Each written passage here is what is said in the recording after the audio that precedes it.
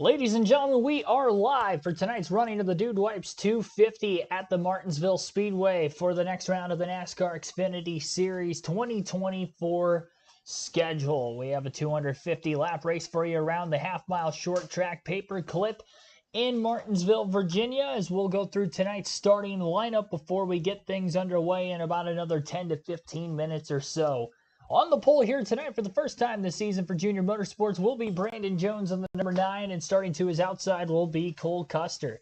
Sheldon Creed and Jeb Burton will line up in row number 2. In row 3, it'll be Justin Allgaier, Eric Almirola. Row 4, Anthony Alfredo, Ryan Sieg. Row 5 is going to line up with Sam Mayer and Austin Hill. Behind them will be Hill's teammate Jesse Love on the inside of row 6. With Carson Quaffle to his outside. Quaffle's first career start in the NASCAR Xfinity Series for Junior Motorsports. Parker Retzlaff and Matt DiBenedetto will line up in row number 7. Row 8 will be AJ Allmendinger and Taylor Gray. Sammy Smith, Parker Kligerman in row number 9. Shane Van Gisbergen and Corey Heim in row number 10. Row 11 is going to be Jeremy Clements and Riley Herbst, Josh Williams and Brennan Poole. Row 15 is Ryan Ellis, Blaine Perkins. Row number 16 is going to be Garrett Smithley, Dawson Cram, Dexter Bean, and Myatt Snyder in row 17. Row 18 is Logan Bearden and Joey Gase. And rounding out the 38-car field today in row 17 will be Chandler Smith and Akinori Ogata. And that is your 38-car field for tonight's race, again at Martinsville for the NASCAR Xfinity Series. Here's a look at the point standings coming into tonight's race. Chandler Smith, after a win last week, his second of the season, has now moved to P1 in the standings for the first time this year. 3-stage wins, 6 top 10s, and 5 top 5s in the first 6 races of the season. He and Austin Hill, the only 2 drivers to have top 10s in each of the first 6 races this season. Hill is second in points with those 6 top 10s and also with 2 wins and 5 top 5 finishes. Just 2 less stage wins is the difference between Smith and Hill. 10 points is the separation in the standings between the top 2. Cole Custer, who starts second tonight, is 41 points out of first, third overall in the standings. Rookie Jesse Love is 4th in the point standings, only 67 out of first. Riley Herbst is 5th overall. AJ Allmendinger 6th. Justin Allgaier 7th. Parker Kligerman with a great start to the season, 8th overall. Offline, Alfredo still sits in that 12th spot, just 1 point over Shane Van Gisbergen for that cut-off line position. Ryan Sieg is going to be just 3 points out of that 12th place spot. Parker Retzlaff is another 4 points back. And then further back is Brendan Poole in 16th, and so on and so forth. As far as the most laps led this season, that also goes to Chandler Smith, dominating that category of the Xfinity Series regulars with 239 laps led. 3 stage wins so far this season again for Chandler Smith. Jesse Love also with 3 stage wins, tied for the most this season with Chandler. Chandler Smith leading in nearly every statistical category, major one at least, for the NASCAR Xfinity Series, and definitely a great start to the season for him. But as I mentioned, he'll be starting very deep in the field today in 37, so we'll see in this very short race if he can work himself from the back to the front. Some of his teammates do have speed, though, with Almirola and Creed starting in the top 6 positions. Sheldon Creed honestly looks like he has one of the better cars through practice and qualifying for today's race. I'm going to make sure I get the poll up here before the start of this one. Sorry, I did not have that up and running before the start of the stream. And you guys will have until the end of stage 2 to vote for who you think is going to win the race today, per usual. We'll throw Eric Almirola's name in there.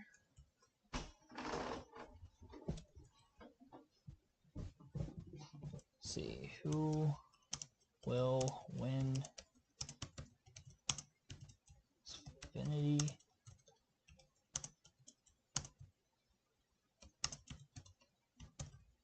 Martinsville.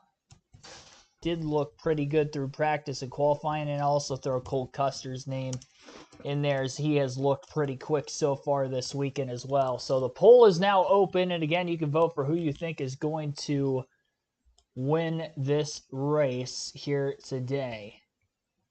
Some of you were like super quick to voting that as soon as it got put up.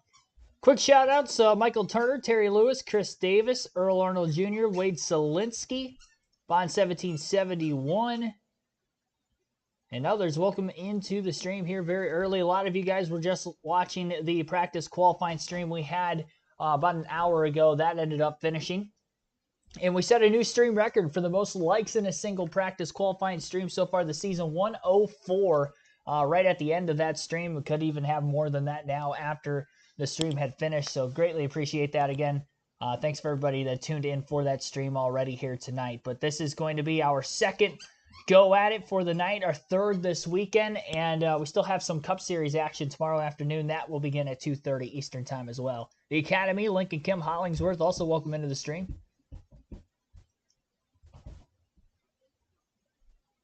Yeah, Dude Wipes is a sponsor for the stream. Somebody mentioned something about like, what was that?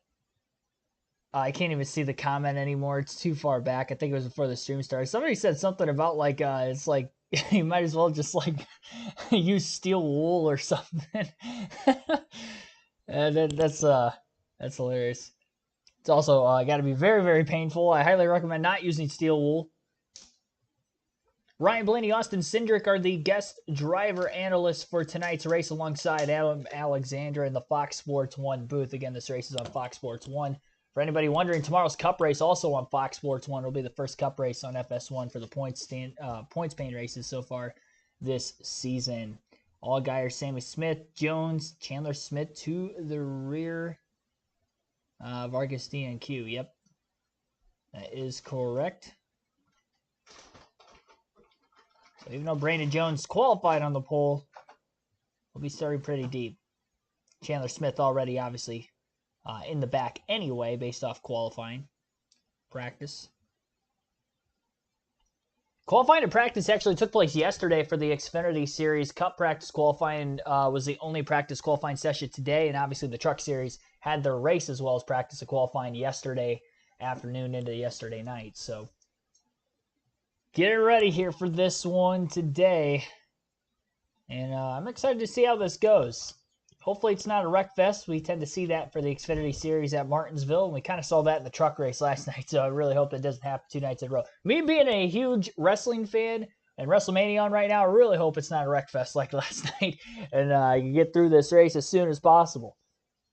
Hopefully we see some great action, though, along the way, which we usually tend to see under green flag runs at Martinsville. Went through the starting lineup, went through the point standings already. Gonna go a little bit outside the box here. And I am going to take Eric Almirola to win today's race. I was thinking Sheldon Creed through most of the afternoon, but I'm going to go with Almirola to win, mainly because of the experience alone. Creed has not won an Xfinity race, and Almirola showed a lot more pace than Creed did last week on a short track at Richmond, where Creed really wasn't even inside the top 10 for most of the race, and Almirola ended up going on to finish second. So I do like Eric Almirola's chances. He's been very good at these flatter racetracks in the latter portion of his Cup Xfinity races here early this season on a part-time basis. He's ran really well on the shorter tracks. Richmond, again, last week finishing second. I think he's going to have great speed today. I didn't get to see him run at Bristol because the Xfinity Series was off that week, but this is only the second short track race of the Xfinity Series season, but we'll see more out of him and, of course, the rest of the Xfinity Series field on short tracks later in the year. But, yep, I am taking Eric Almirola to get the win here today and get a grandfather clock on a part-time basis.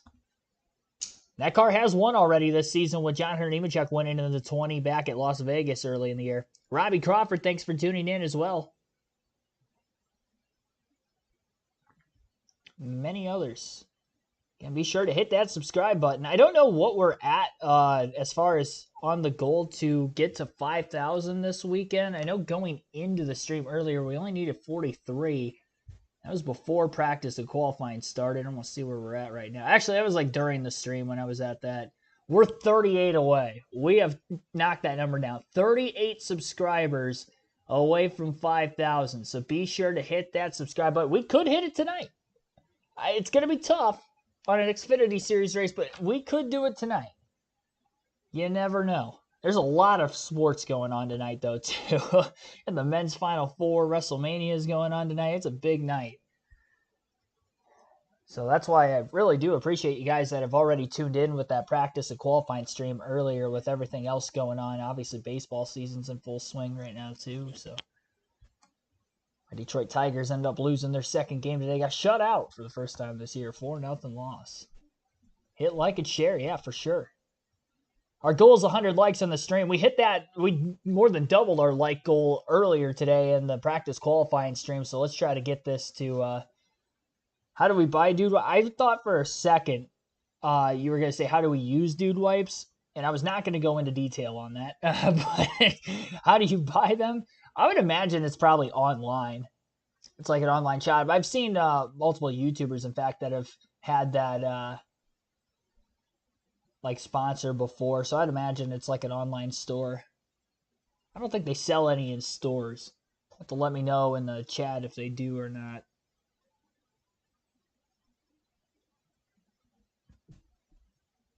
It's clock night, gloves off. Is it a full moon too? It's a full moon on a Saturday night. Gloves are definitely coming off. What do you think this track's going to do as the night goes on? Yeah, you had to remind me about running second here in the fall, didn't you? You passed me with 20 to go.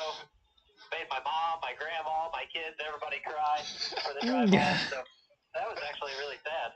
But I've always run really good here. It's been a fun racetrack. It's been a place I just love coming to. So it's a lot of fun to come here with Joe Gibbs Racing in the Xfinity Series. Got a great car. Felt like our car was really good yesterday in practice.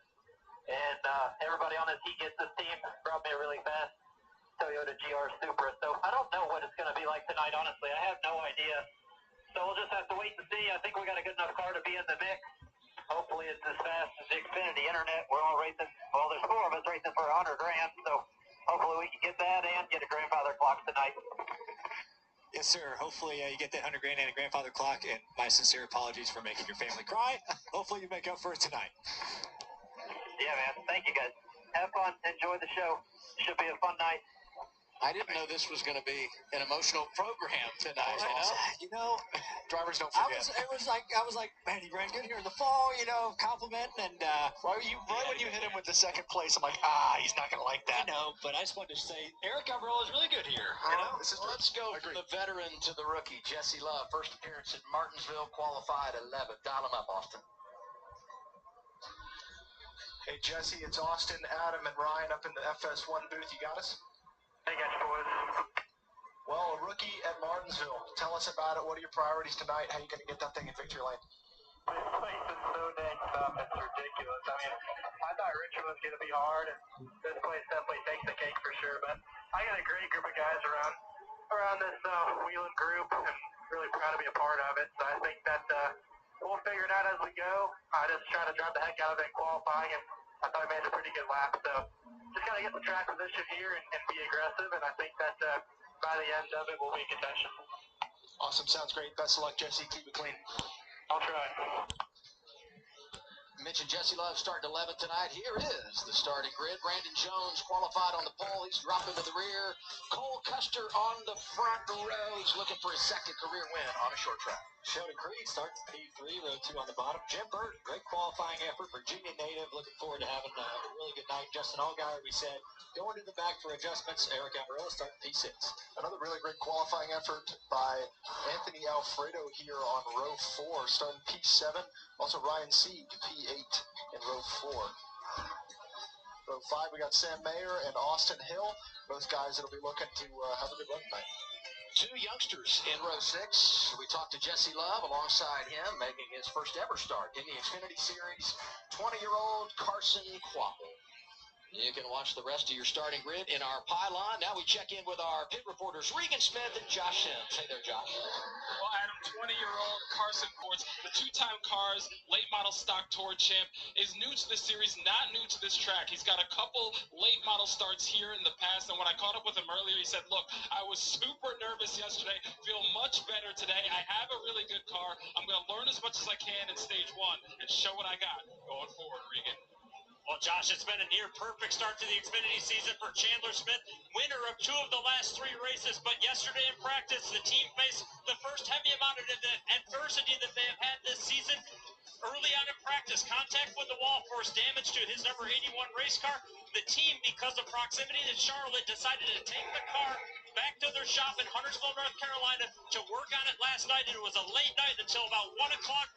50 members of Joe Gibbs Racing showed up to help repair that race car. It is back here. It is all good to go today, but he will have to start from the rear as he tries to get another win. I'd say that is a championship effort, and Regan mentioned you had 50 different folks on board. Here's the timeline of what happened. As soon as practice qualifying ended, they loaded the car up, arrived back at the shop 10 p.m., completed the work on the car at 1 a.m., they wrapped it at 6, put it through the Hawkeye system, making sure everything was where it needed to be, left the shop in Huntersville at 11, arrived back here at the track, afternoon, and now they start in the rear. If you can pay this off with a win, what a statement it would be for this team. But because they didn't make a qualifying effort and they had all those changes, you have to come from the rear. Obviously, here are the other drivers coming from the back. We talked about Justin Allgaier, Brandon Jones, their junior motorsports teammate Sammy Smith also to the rear with those changes to the brake rotors on the front end, and a handful of other drivers also starting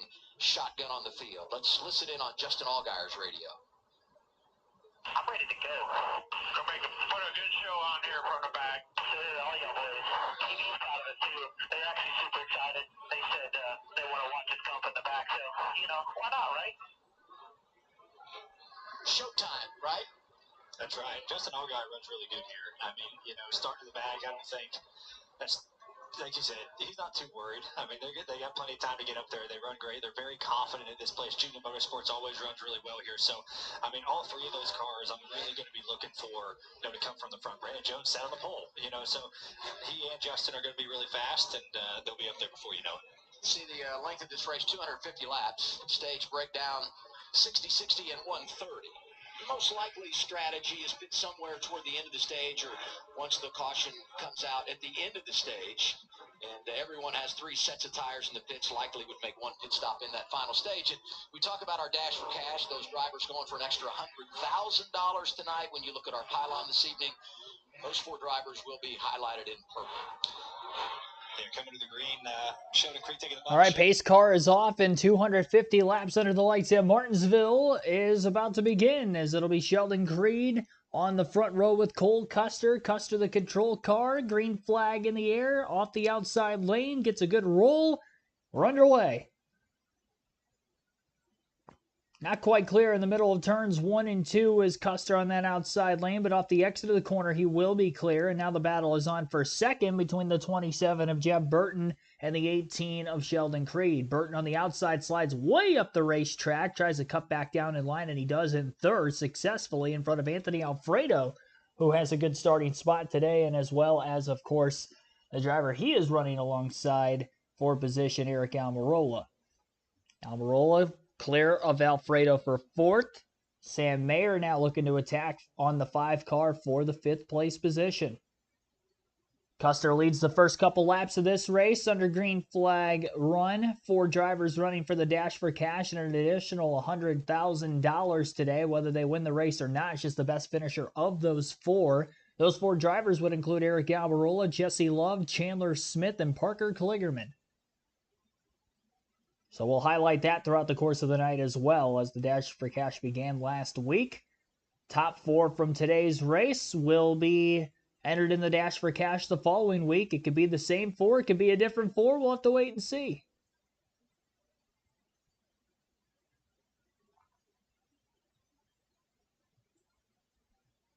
Kligerman still stuck in the outside groove, has already lost a couple positions off this initial start. One of the few cars that's still up there and out of the bottom groove. 26 just got around him of Corey Heim. Now Josh Williams looking to do the same. He's clear. And Riley Herbst is going to get underneath him as well. Kligerman's already fallen back to 20th, if not worse, if he can't get to the bottom. Finally does right in front of the 44 car. It's Alpha Prime Racing's Brendan Poole in that entry. Almirola with the dive bomb into turns 3 and 4. Great pass, made it look easy on Jeb Burton. And Burton might have let him go just a little bit, but nevertheless, it is a successful overtake for Eric Almirola, the leader of the Dash for Cash, and quickly up to 3rd, gaining 3 positions from the start of the race. Those Junior Motorsports Chevys coming from deep in the field. Brandon Jones up to 24th already. Justin Allgaier still battling for 29th. Sammy Smith just in front of him on the bottom groove. Chandler Smith, obviously, also coming from the very back of the pack, is still right there with those three.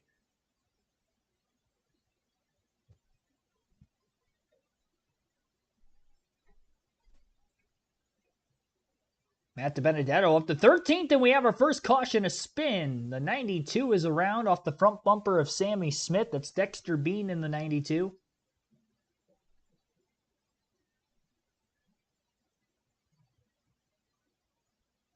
So Dexter Bean was definitely outside. I couldn't tell if they were 3 wide at the time of the contact or not, but the 8 car definitely was going up the track. Tagged the left rear of Bean. Bean went around. Maybe made a soft touch with the wall, but that would have been about it. And again, this is our first caution of the race. And they were 3 wide. Yeah, that was a product of 3 wide at Martinsville not working. It was a late dive getting into the corner, by Sammy Smith. And as he was there, the 6 and the 92 just kind of kept coming down, and they all kind of met each other at the same exact time. And unfortunately for Bean, he was the one that got turned around in the aftermath of it. Have to see if there's any tire rub or anything of that nature on Sammy Smith's car, but hopefully that is not the case. And the 6 as well of Garrett Smithley, again, had some contact in that as well, as he was sandwiched in between the 92 and the 8. So again, our first caution of the race today. 44 likes on the stream already. Appreciate that, everyone.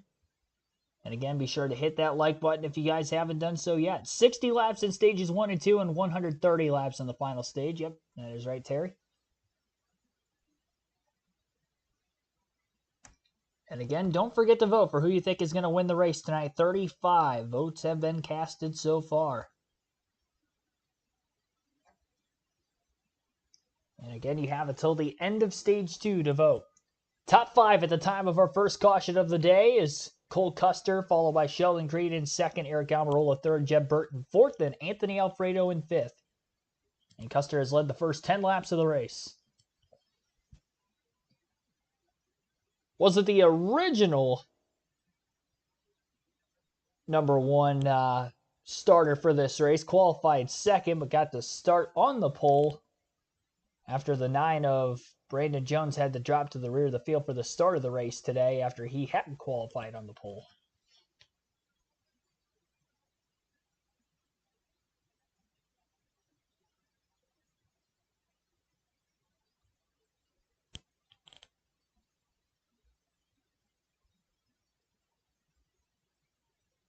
Trying not to get sidetracked with WrestleMania in the back of you see me look away. I should have just turned it off so I didn't know what was going on. That's what I should have done.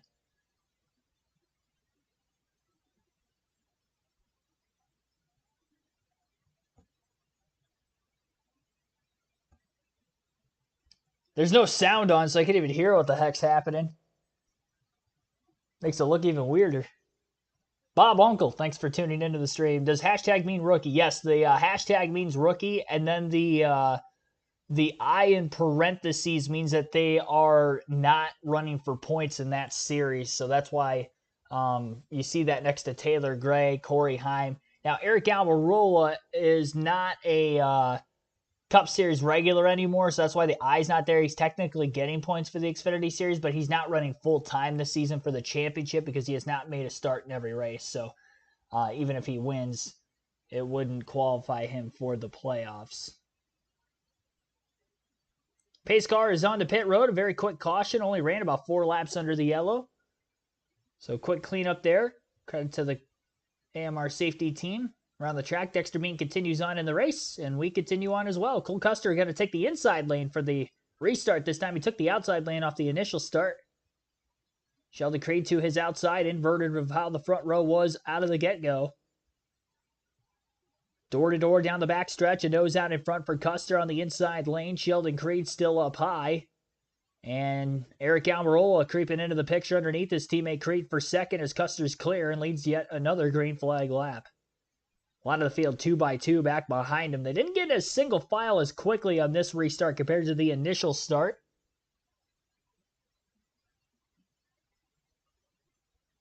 For whatever reason. Near contact between Creed and Almirola that time, and even more on the front stretch. Creed came off the wall a little bit and almost crowded Eric. Clean through that corner as they continue to battle for second. Got to make this battle over, though, soon. Otherwise, Custer's going to get quite a ways out ahead of them. Still plenty of laps to go yet, though, in stage 1 of the grand scheme of things. Almirola finally clear off turn 4, and Jeb Burton's going to get to the inside. That's another reason why you want to either get cleared or clear another car quickly, because if you're stuck on the outside, there's more of a chance somebody else is going to be able to get to the bottom underneath you if you're running side by side with another car for X amount of time.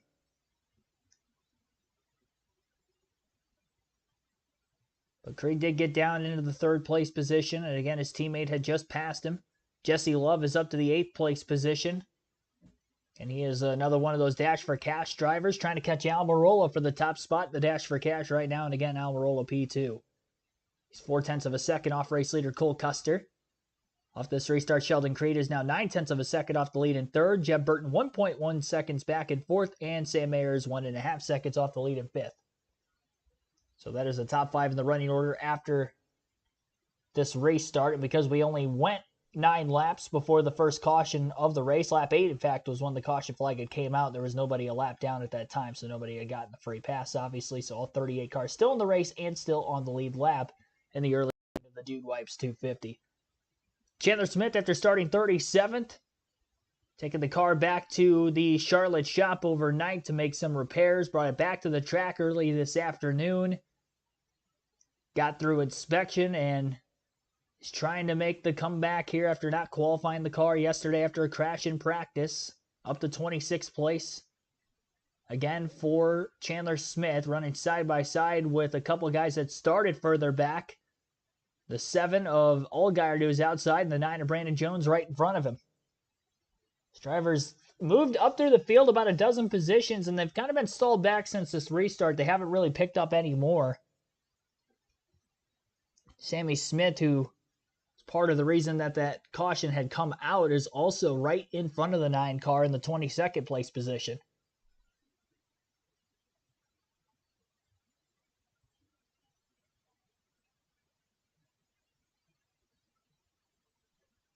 Three-tenth of a second gap now between Custer and Almirola. Almirola is definitely running quicker lap times than Custer at the very front of the field currently. We'll see what that's going to do for him. All right, where am I better than these guys? Where are they better than me? And what do I need to look at, as this race goes on, as you see A.J. Allmendinger get inside of Jesse Love?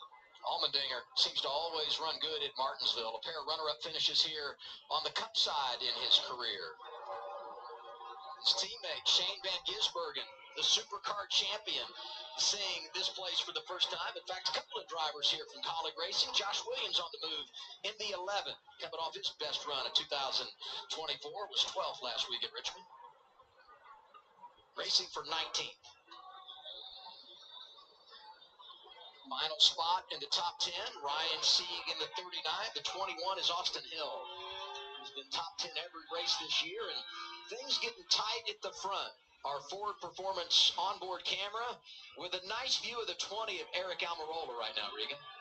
Well, Adam, I spoke to Eric as he got in the car. This is the exact moment right now that he said he felt like his car would be the best as you see him going to the inside of the battle for the lead. He said lap 30 was where he felt like he was going to have the best chance to move out front and dominate this race from that point on. So far, so good. Yeah, Eric set up the 0-0 perfectly through 3 and 4. That corner before faded up a little bit, diamond off the corner, got a straight shot at him, and now he has the 0-0 where he wants him. It's only a matter of time. Cole's going to let him go right here.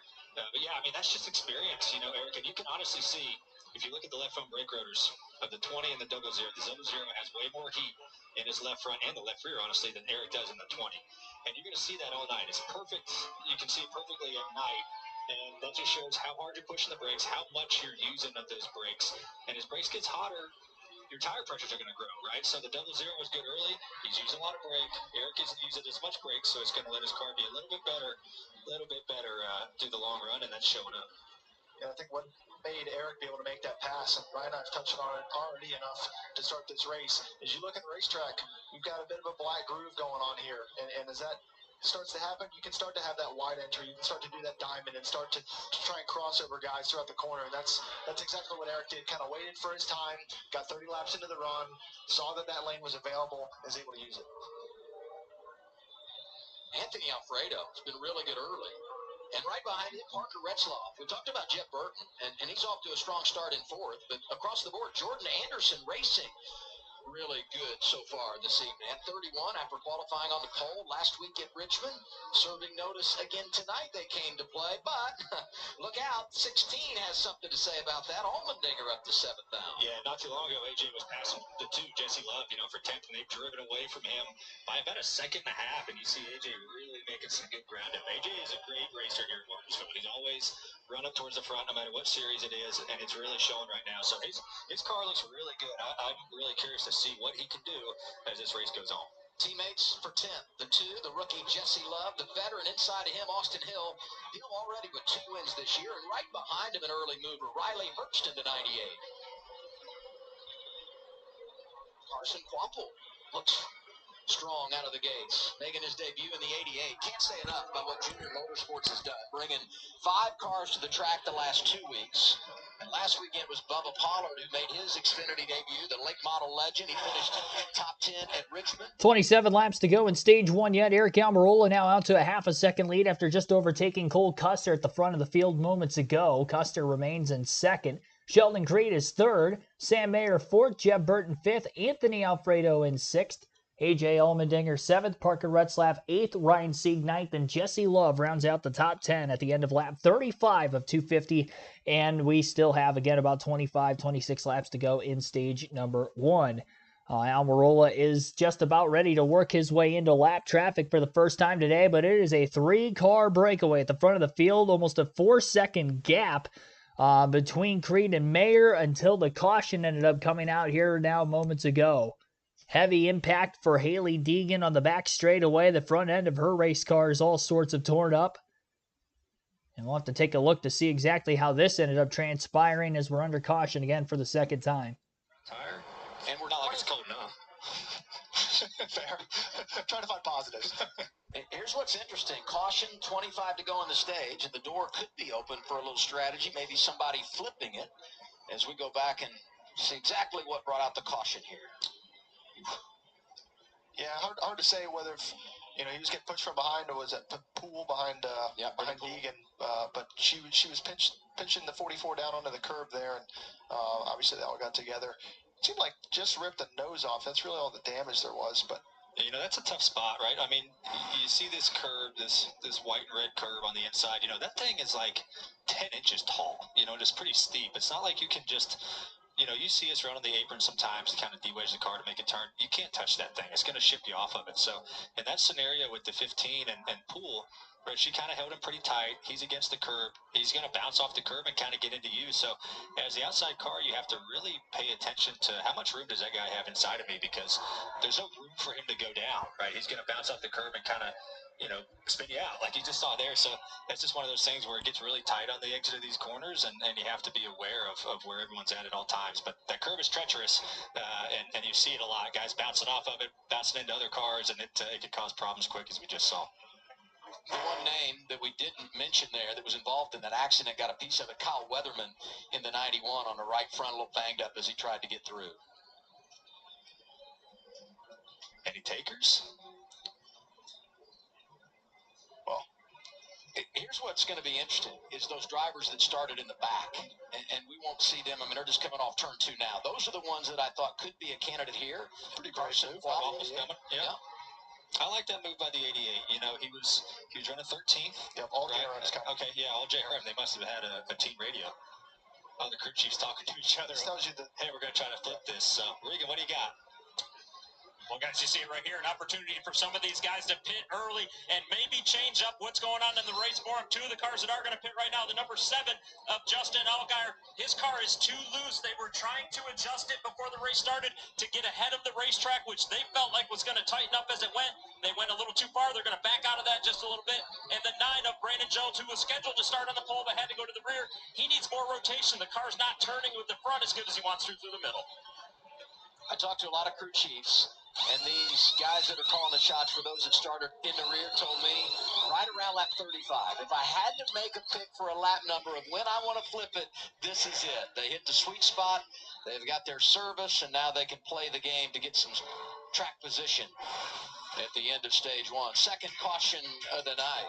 Brennan Poole, Dawson Cram, Kyle Weatherman, Haley Deegan all involved at Martinsville.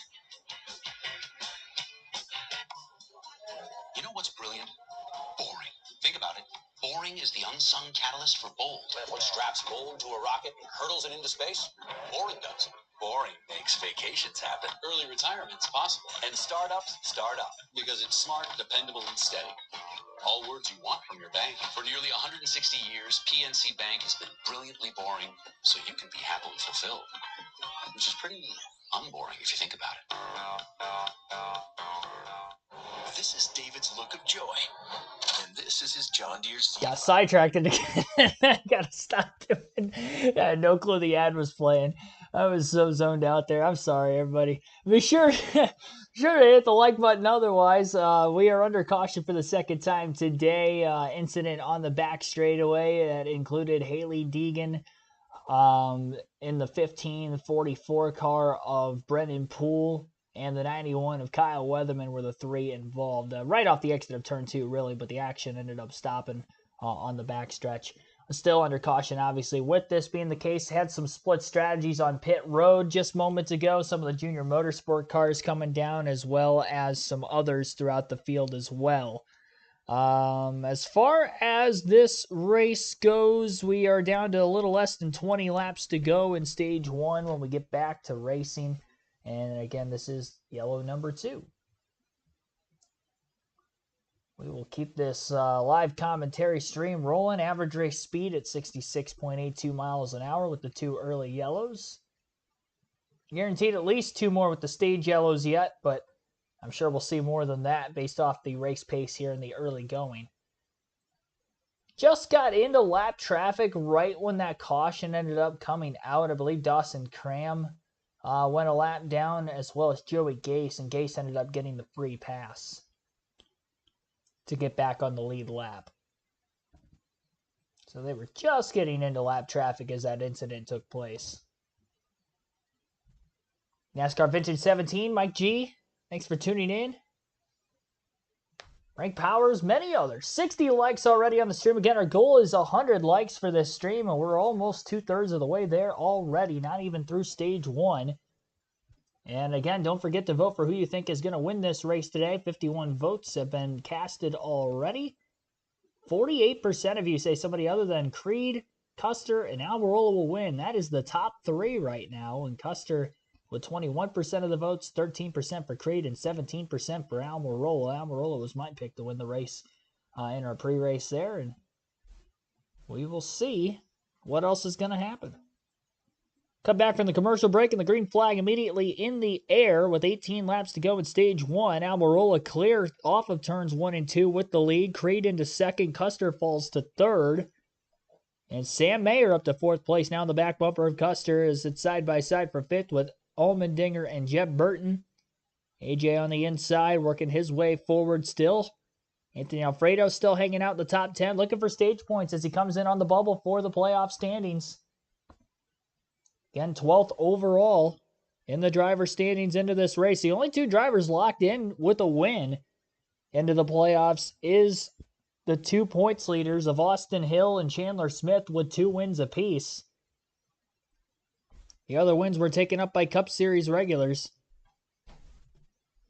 Jeb Burton may have brushed the wall a bit off turn 2 that last time by, with Allmendinger underneath him. AJ still underneath him and not quite able to clear. Jeb Burton holding it on for all he can. Doesn't want to lose too many more points here late in the stage. Anthony Alfredo looking to pick up a spot on Burton, and the battle for 6 is on. Contact off turn 2. Alfredo got a bit sideways. Holds on to it. How about the Dude Wipes car in the top 10 of the Dude Wipes 250? It's like a home race for Alfredo by way of sponsorship. Jesse Love loses a few more spots in the restart. He's now back to 12th. Was running in the around the 7th and 8th place position prior to the caution. May have gotten stuck on the outside for a few laps too long. It seems to be the case for Riley Herbst as well, as Austin Hill will clear him for 10th. Late dive into the corner for Love, and he completely used up Riley Herbst. Caught him in the left rear corner panel. Herbst is going to rub him down the backstretch now after the contact. That was definitely a very late breaking dive by the two of Love. And Herbst is running him as tightly as he can through the corners. Not wanting the too hard to get around him. Got to think, though, it's a long race. Don't want to damage your vehicles too early. Still just about 200 laps to go. Down into the corner, a little more contact. The two came up off the curb a little bit that time. Herbst still staying on the outside. Definitely not running that quick of lap times. Hill's already over half a second ahead of him, and he just cleared Riley Herbst about 2 to 3 laps ago. It is a quick drive away. And the 5 and the 27 have been side by side for quite some time now, and finally Alfredo will clear Jeb Burton for 6th. Almirola not really pulling away from Creed on this restart too much. Still about a 3 to 4/10 of a second advantage for Almirola over his teammate. The very front of the field. Some of the drivers that started very deep mainly ended up hitting pit road before the end of stage 1 anyway. Trying to flip the field on strategy perhaps during the stage 1 break if we see more cars pit. Be a way to get the track position. And I'm sure we'll see some drivers try to stay out at the end of this stage as well, similar to what we saw in the Truck Series race last night. Drivers staying out at the end of stage 1. And stage 2, and then pitting then. This race is 50 laps longer than the truck race last night, but they could still make it to the end of stage 2 by way of laps without having to pit for fuel. So you could see that same strategy again here, and ultimately, first 2 stages combined, only 20 laps longer today than what it was yesterday. 7 to go, stage 1. Almirola still holding on. He won the first 2 stages at Richmond last week, but did not get the race win. We will see if he is able to win the first couple today and get the race win. I'd argue he is better here at this racetrack than Richmond too. It probably fits his driving style just a little bit more. And experience definitely paying off these last couple weeks on the short tracks for Almirola. Sheldon Creed, who had a great run here in the fall race with Richard Childress Racing, was battling for the win on the last lap. With his then teammate Austin Hill, just got kept out of the championship 4 in that race. So good to see him running up front here pretty much all weekend. Again, he's been about top 5 in practice and qualifying, and now here in the early going and the early laps of this event tonight. Jeb Burton just lost another spot to Ryan Sieg, who's having a great run, and a piece of debris either got kicked up in the air or fell out from underneath either the 27 or the 21. It looked like it might have been like a brake hose or something. Please tell me somebody else saw that on the camera shot in the chat. Looked like a brake hose got kicked up into the air. I mean, it is pretty light, though. It's not going to really cause any damage to the vehicles, especially at these slow speeds, too, so could be why the caution didn't come out, but I did think I saw something go flying in the air there a second ago. Creed is still hanging with Eric Almirola. I almost wonder if Eric's tires have fallen off a little bit, although we haven't seen much fall off. Only about 0.6 of a second at the very most for some of these drivers based off their fastest laps of the race in that most recent lap they just ran at lap 57, 58. Final lap now. Half a mile to go for Creed to work himself around the 20. This is for a playoff point for Creed, but Almirola not running for points. just trying to maintain his track position. Creed's going to send it in. He's going to put the bumper to the 20. Using them all up, but not enough. Almirola holds on and wins stage 1 at Martinsville. Eric Almirola first, Sheldon Creed second, Cole Custer third, Sam Mayer fourth, Anthony Alfredo fifth. AJ Allmendinger was in fifth behind Mayer. Anthony Alfredo was sixth, Ryan Sieg seventh, Austin Hill eighth, Jeb Burton ninth, and Parker Retzlaff rounds out the top 10. So again, those are the 10 drivers to receive stage points in stage 1, 1 point per position. 10 points for first, 9 for second, all the way back to 1 for 10th, and a playoff point for the 20 team in the owner's standings. Again, Almirola, although he's not running for the driver's standing points because he's not made a start in every race this season, still have to remember that the 20 car itself is qualified for the owner's playoffs already, with John Hunter Nemechek getting a win in that car early this season, so picking up another playoff point for the owner's standings, and Almirola trying to pick up potentially 5 more at the end of this race. We'll actually take a look at those owner points right now just to see exactly where the 20 car ranks. And as of right now, they come in 4th overall in the driver's standings. And again, they do have that 1 win with Nemechek. So they're one of the 3 teams locked into the owner's standings by way of the number of the race car. So trying to match with the 21 and the 81 at 2 wins also. 3 top 5s, 4 top 10s, and 1 DNF through the first 6 starts of the season. 3rd stage win for Almirola this season in the 20 car. And he's also ran the 19 at times this season, but this is the 2nd week in a row he's ran the number 20. B. Dobson, thanks for tuning in. Matt Morant Horn, also welcome to the stream. Many, many others.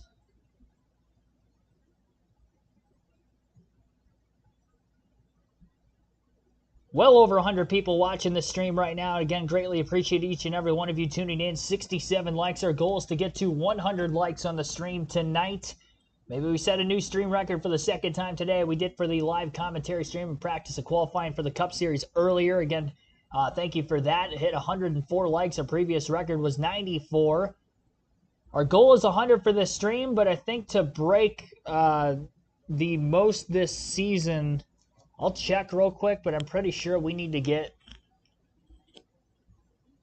quite a few more from where we're at. I think Coda just 2 weeks ago might have been the most liked. It was definitely, so Coda a couple weeks ago was definitely the most viewed Xfinity Series stream we've had this season. I don't know if it was the most liked or not. We had 176 likes that day. Yeah, I think that was the most. It is.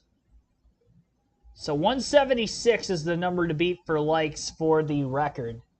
It set 2 stream records in the same day, let alone the same weekend. That'd be awesome. 176 is that number to beat. A little less than 100 to go. We're getting there. We are getting there.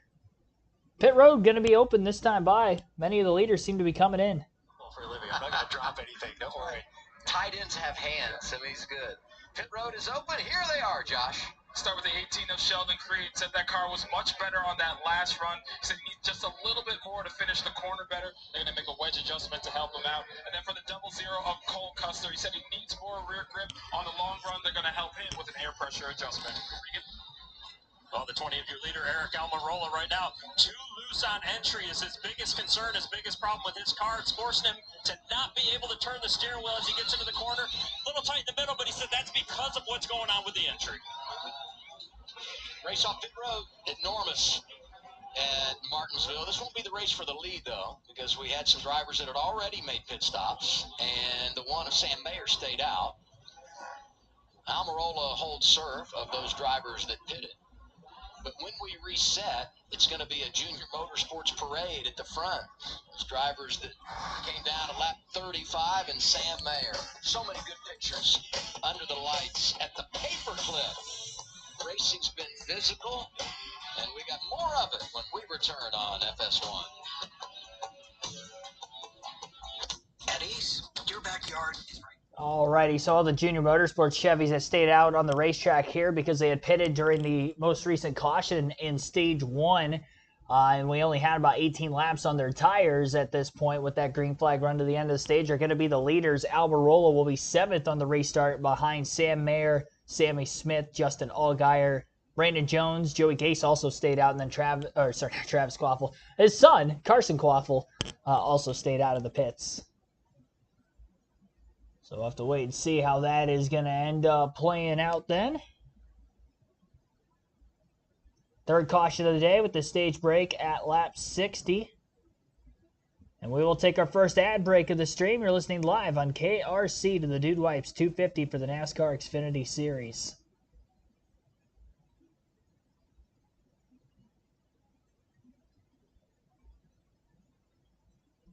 Great job on the stream. Appreciate it.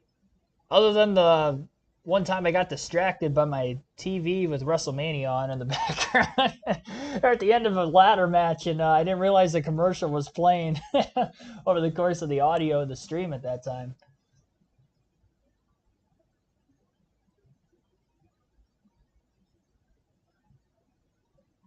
It's funny.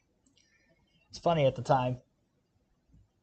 At least it wasn't a crucial point of the race. I wouldn't have let that happen if it was a crucial point of the race. I will say that much. I'm professional enough to know that and not let that happen. Interesting note, the only driver who ran their fastest lap of the race during anything but the first green flag run, which stretched only 8 laps before the first caution, was Chandler Smith at lap 28. But because he has been back in traffic, that lap time is still about 3 to 4 tenths of a second off of some of the fastest times we've seen today. So it's tough to tell exactly how fast of a car he has, but knowing his teammates finished 1-2 at the end of the first stage of Almirola and Creed, you'd have to imagine Chandler Smith's got something good underneath the hood of his race car to potentially compete for the win. And they show Gibbs Racing. They win about a third or more of the Xfinity Series schedule the last half decade or more. So you'd have to imagine that he's going to have a good car week in and week out, and he's done a great job so far. Headed to the choose rule at this point. So they are getting the 1-to-go signal for this time by.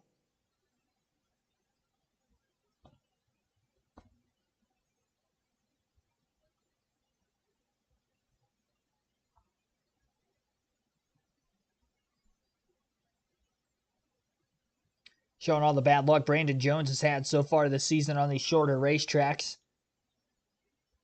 It's been some of his better runs by way of speed this season, but hasn't made it to the end of either Phoenix or Richmond so far, and trying to make it to the end here at Martinsville. It's very good in his Joe Gibb Racing days here, and good start so far tonight. Qualified on the pole initially, but had to drop to the back off the start. And Riley Herbst, speaking of dropping to the back, had a penalty on pit road, so he'll go from 10th to the tail end of the longest line on the restart. Green flag is back in the air. And a big stack up on the front row, and Austin Hill's got a super damage onto the front of his car and a major pile up even further back. Somebody did not take off in the outside row. I couldn't tell who it was. About the third or fourth car did not take off. I saw Austin Hill with a ton of damage to the front of his car as he compacted the car in front of him, and then they just piled up further behind, and that took out at least a half a dozen, if not more, cars. AJ Allmendinger with severe damage in that. Haley Deegan involved again. Parker Retzlaff is not going to be able to continue. He's got a ton of fluids leaking out from underneath his race car. Leland Honeyman Jr., Jeremy Clements has a ton of damage. A bunch of cars, all sorts of tore up there. Challenging is when you're spinning the tires. Sometimes it's it was hard Brandon to get the car Jones into gear while you're spinning the tires, and you see the chain reaction that happens to that. Those guys just, you can't see that far ahead. You're not really expecting something like that to happen, and a lot of radiators caved in and a lot of damage. And Almirola chose the outside here, and I bet you he's probably regretting it due to some of the damage he's going to get here. I think he got away like fairly clean. He might have some rear bumper damage, but that stuff's fine. No, he looks great. But yeah, I mean, it just stacks so quickly here. You run you know, your gearing here is so if you miss a shift, I mean, it just parks you, you know, and everyone's running so tight together, it just accordions really quickly, and then you just have pandemonium like you saw. And watch how fast this goes. Yeah, it comes from, you know, Eric's hit doesn't look that much, but it gets worse every car behind him. It does, because the cars behind him are going faster and faster. The gap is bigger, and it just poof. I mean, you come up on those guys so quick that you have no time to react. There's nowhere to go. It's not like it's a mile and a half where you can bail to the outside or miss this wreck, but it's really unfortunate. And Brandon Jones, he got away okay. You know, the guy who missed the shift, he got away okay. Austin Hill did not. Here's 21 radio. I'm sorry. I missed a shift there at the start-finish line. It's not your fault, man. Happened so fast. I mean, how many years we got to do this ever together and get through the gears? How hard is it? I don't understand. Obvious frustration there for a driver that's been top 10 every race this year, Austin Hill. His average finish coming into tonight, 3.3. Several cars involved. Our fourth caution of the night has turned into a red flag. Sammy Smith and Sam Mayer up front. Well, I will say that average finish of 3.3 definitely going to go down. I doubt Austin Hill's going to be able to continue. We are under red flag condition now as a result of this crash, so this is definitely going to lengthen the race out more than I would have hoped for here tonight, as I'm trying to catch the main event of WrestleMania tonight. Needless to say, though, we're still in the early going of this. This is the fourth caution. Again, Brandon Jones, who was on the outside of row 2 in the restart, missed a shift and then ended up, as a result of that, having a whole line of cars on the outside stacked up nose to tail, and there's going to be probably more than 6 or 7 cars that are more than likely going to be done. There's a lot of damage to the front of a lot of these race cars, enough so that the whole front end is bashed in and fluids were leaking out of several cars, so that is why they red flagged it. A lot of speedy dry going to be going down in turns 1 and 2 here. But our leaderboard obviously is not correct. That's because Austin Hill had gotten back to pit road when the caution flag had come out. So I know he scored the leader, but he's going to be out of this race here before long. I think it credited with a lap led in that because he did cross the start-finish line first. It shouldn't count, but it does count, I guess, technically. So, yeah, it's, I mean, really the top 3 that you see on screen were all heavily involved in that incident. Hill, Clements, Weatherman, and then many more. Like I mentioned, Allmendinger had a ton of damage. Parker Retzlaff is probably going to discontinue from the race. And even way more than that. Myatt Snyder, I think, got a big piece of it. Actually, no, it wasn't Snyder. 19, Taylor Gray. Taylor Gray, I noticed, had a lot of damage. Snyder had been in the 19 car last year, a couple of races, but Taylor Gray in the 19 for this one. Had a top 10 at Richmond in his debut in the Xfinity Series last week, coming back this week for another Xfinity Series race, but obviously has not worked out well for him. Oh, we'll take our second ad break of the race. You're listening live on KRC to the Dude Wipes 250 at Martinsville.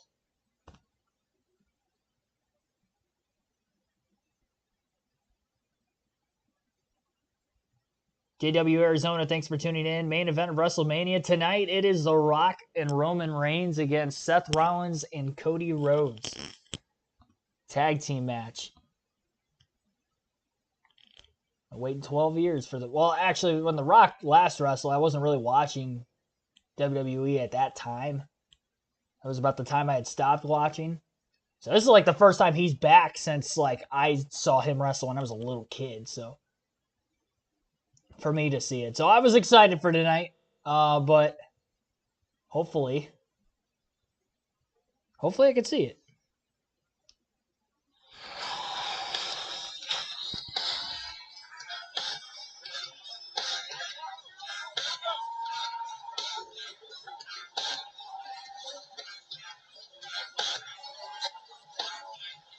It's so cliche to say. There's going to be beating. There's going to be banging. When you come to Martinsville, there will be mayhem. Under caution, under red flag after our fourth caution of the night. Brandon Jones missing a shift here. Yeah, I feel like he you know, you restart in second here. It looks like the upshift to third was clean, and then it looks like Austin and I were talking. I think he went from third to second, you know, and just parked that thing. It's not like he got it in, caught in neutral, you know, because it would have rolled a little bit more than that. So that's just a tricky thing. You're trying to grab gear, spinning tires, and There wouldn't go. I still got it. Yeah, just shake it off. I love that. Just shake it off. That's what you need, right? You need that backup plan from the pit box, from the spotter stand. You see him playing with the shifter hander right here. Like, he's trying to figure out, did I lose fourth? Like, is this thing going into gear properly, right? And it's kind of hard to tell when you're sitting still. Once it gets rolling, I'm sure he's going to try to play through all 4 gears. But, yeah, you really see him working the shifter. Like, it looks like he's having a little bit of trouble, maybe. I don't know. But, yeah, that was interesting to see. He might have some fourth gear issues.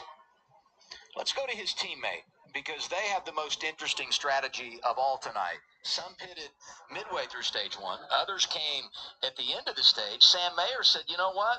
We're going to take the stage points. We're going to stay out, gain track position. Here's their radio once the caution came out into stage 1, talking strategy. Stay in. 10-4. Are you sure? Yep, 10-4. It's Marty Lindley calling the shots for Sam Mayer. Regan? Well, Adam, let's ask Marty about that decision right there. Marty Lindley decided to stay out during the stage break there. It sounded like your driver maybe questioned you just a little bit when you decided to do that. Is he maybe not questioning you now after all the mayhem that took place in turn 1? Yeah, that looks like, you know, we watched the truck race last night, and the guy that won the truck race decided to stay out, and I think track position trumps tires right now, so that's the reason for the call. And, yeah, you know, it's unfortunate for all the guys that got caught up in that wreck, but that's what happens sometimes when you're mid-pack. Gotta love it, Adam. These guys paying attention to other races out here, studying to get ready for tonight even. It's funny Marty mentions the truck race, because he used to call shots for Kyle Busch in the Craftsman Truck Series, enjoyed success here with Rowdy, and now trying to get it done with Sam Mayer. They were tremendous last week at Richmond and scored a bunch of stage points, and then he got hit on pit road by Taylor Gray. That took him out of the equation, but they've had some speed despite their finishes, and in position maybe to get something going here tonight. We came back from break, and we did the whole Martinsville mayhem thing. Well, let's rewind to last Saturday when we had, I wouldn't call it a Richmond wrestling match, but they were wrestling for position on track. Joey Gase, Dawson Cram, and Joey into the wall. And he's the owner, so he understands the implications of what happens when you... The bumper cover, that cost him $5,000 midweek, courtesy of NASCAR. Yeah, you know, that's a first. I don't think I've ever seen a bumper cover. Like, if get you thrown. want I've it, seen you can helmets, have I've it. seen Hans.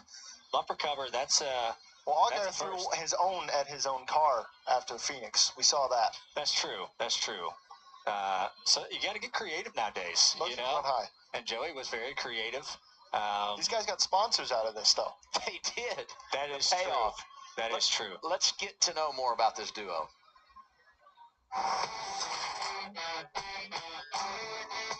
Hey guys, my name's Joey Gase. Hi, I'm Dawson Cram. Real hard hit for Joey Gase. But when I got out, I saw the bumper was already laying there, and I was a little bit shocked and surprised. And I'm like, you know what? I think I'm going to use this as a good tool. I really couldn't believe my eyes that it was happening. Super unfortunate moment. So I was like, man, I guess it's my turn to get something thrown at me. You know, if you look at it from a financial standpoint, helmets are expensive.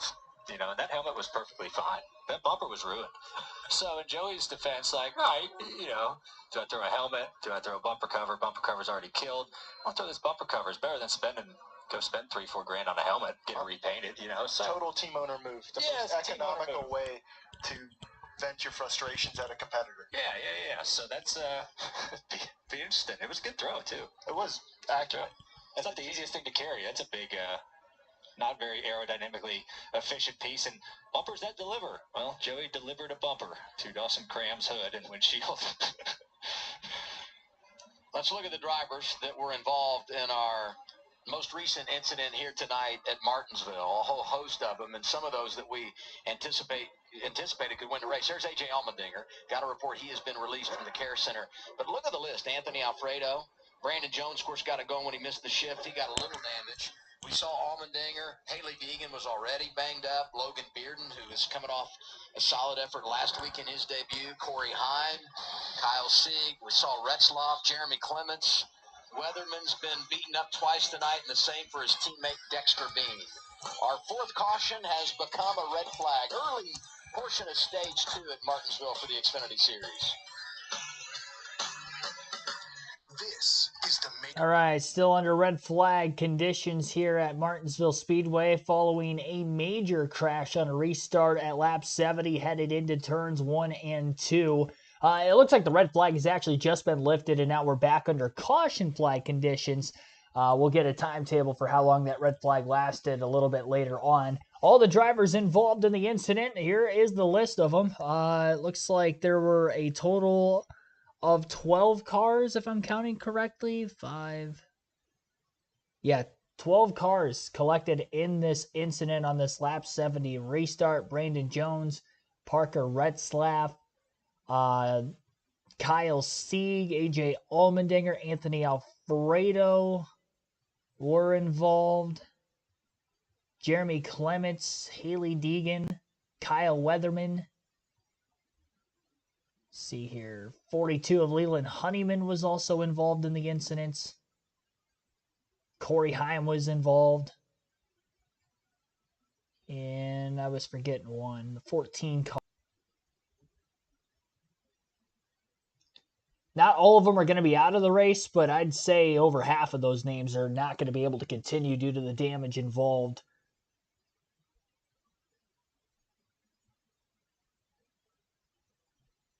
And we'll have to wait to see exactly what the order is going to be on the restart.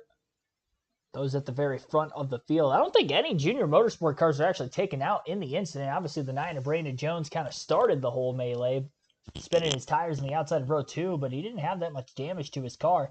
Eric Almirola, who was the first car to hit him, and then got slammed from behind by Austin Hill. Surprisingly, there isn't really a lot of damage, at least to the front of Almirola's car. He might have severe damage to the back. I don't think it's going to be severe enough to necessarily slow him down, considering that these are very low corner speeds at Martinsville, so aerodynamically that's not going to matter much. But as far as the back bumper itself goes, it might not be necessarily good for somebody to keep hitting him from behind from here on out with the damage to the back of it, but I don't think it's crinkled that much. It's going to cost him in speed in any way. 79 likes on the stream. Our goal is 100, but again, the record to get the most streams in an Xfinity race this season is 176. So 177 would technically be our number to beat. Let's see if we can get there, ladies and gents. So be sure to hit that like button if you guys haven't done so. And also, again, subscribe for more NASCAR content. We came into the stream just 38 subscribers shy of 5,000. Let's see if we can get there tonight as well. And also vote for who you think is going to win the race. 80 votes have been casted so far. You can vote between Almirola, Creed, Custer, or somebody other than those three to win. Right now, other leading in a landslide, but that could still change. You could also change your vote, again, before the poll ends at the end of Stage 2. That's lap 120, by the way. Watch Matty D in that 38 car. Yes! How by the Rob LaPople, thanks for tuning in also. My man Doug Campbell calling him that one. That's a near miss. Oh, looks like Austin Hill's done for the night. Top 10 streak's going to come to a close. It's been 7 in a row dating to last year, and he's the first driver ever to start a season with 6 consecutive top 10s and back-to-back campaigns. Let's hear from driver 21 down to Regan. Well, that's right, Adam. Unfortunate ending for Austin Hill tonight out of the race early. Austin looked like a massive jam up there. How frustrating is it to have that happen? I mean, you can almost just laugh about it, right? Had really fast, vintage Chevrolet. There was some things that I was doing on those restarts, and it seemed like cycles on the tires was good for us. I was really excited to come in and pit, work on it a little bit. We got up to 8th, and I really thought that we had a top 5 vintage Chevrolet, but man, I mean, it's just one of those deals. I haven't seen the replay, but it's almost like somebody missed a shift or something. But at the end of the day, I guess I should have seen anything I could have done differently inside the car. But, man, bummer of a day. Just I thought they were going to be as fast as Xfinity Internet. And, yeah, it just wasn't meant to be for us. So that's good old Martinsville for you. Short track racing at its finest. Thanks, Austin. Austin Hill done for the night. Teammate Jesse Love in the top 10. One of those drivers going for the dash for cash, and all those that are up for the $100,000 bonus are highlighted in purple in the pylon. Justin Allgaier third right now. Thank you for the pit strategy, because I feel like that area that just crashed would have been, front center for us. Yeah, we'll keep it on the positive side tonight, unlike the rest of our races this year so far. Yeah, we'll go with that. We still got a long way to screw it up, though, buddy. Thanks. I talked to Jim Pullman in the garage yesterday, so you stay away from me. You're bringing me bad luck, so I think I'm banned from going in the 7 pit area or visiting with them in the garage. But the strategy has worked, and it's gotten them some track position after he started at the back after they changed those brake rotors. And you see what they're talking about here. You look at all the finishes. And there was a point in every one of those races where you felt like they had a chance to go out and win. Certainly Phoenix was one you thought they had in the bag, but in position to maybe go out and get it done here tonight. Well, I think you can hear in Justin's voice and Jim's voice is the relief that something crazy happened and we weren't a part of it. Like, that's sometimes all you just have to feel a little loose and ready to get back racing, because, yeah, they've kind of had their fair share of unfortunate issues. And I think Justin must feel good about his race car for tonight for the rest of the race.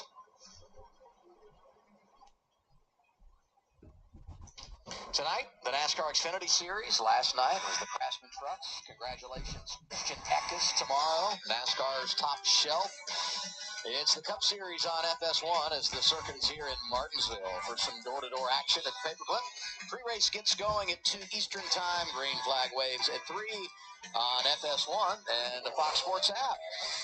And we saw Allgaier earlier going for back-to-back wins at Martinsville. Tomorrow, Blaney's going to be trying to go back-to-back. How about back-to-back Blaney? That sounds good, huh? Yeah, we're going to try. It was obviously a really cool run here to win this thing in November and lock ourselves into Phoenix, which led to the championship. So the situation we were in, too, right? Just going out and performing and carrying momentum, to Phoenix and things like that. That was definitely a thing, and why we were fired up to get to Phoenix. And it's definitely a cool weekend all around. Hopefully we can replicate it tomorrow.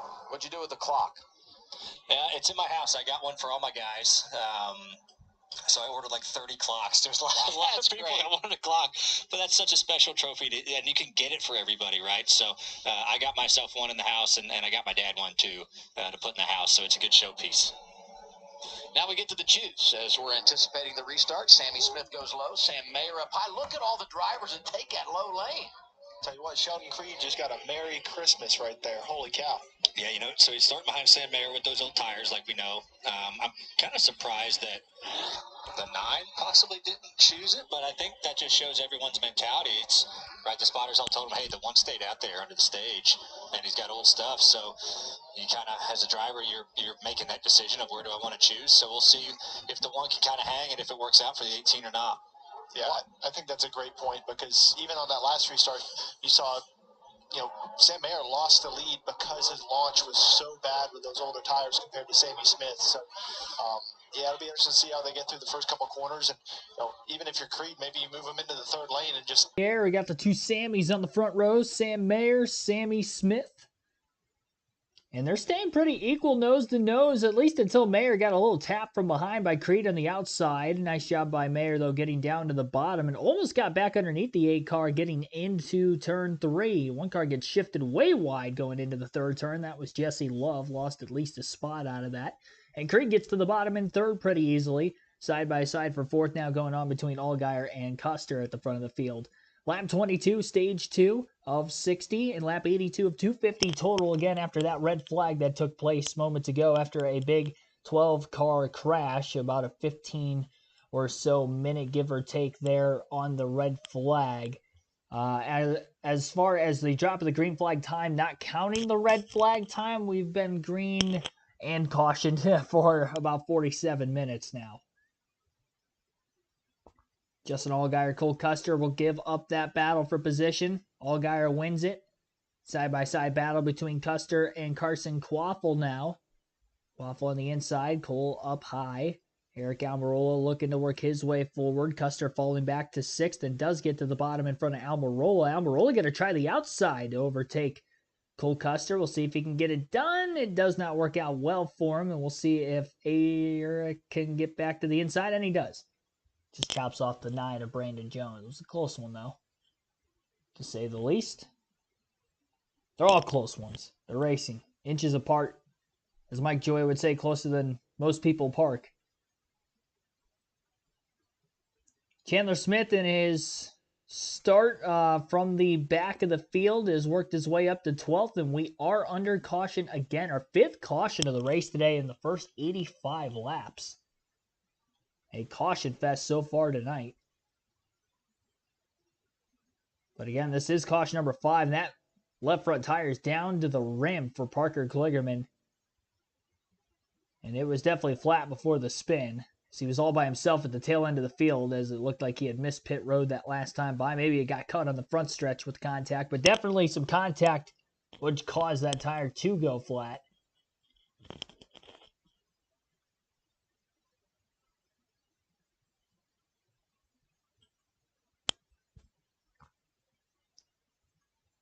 Couple laps of green and another yellow quickly thereafter.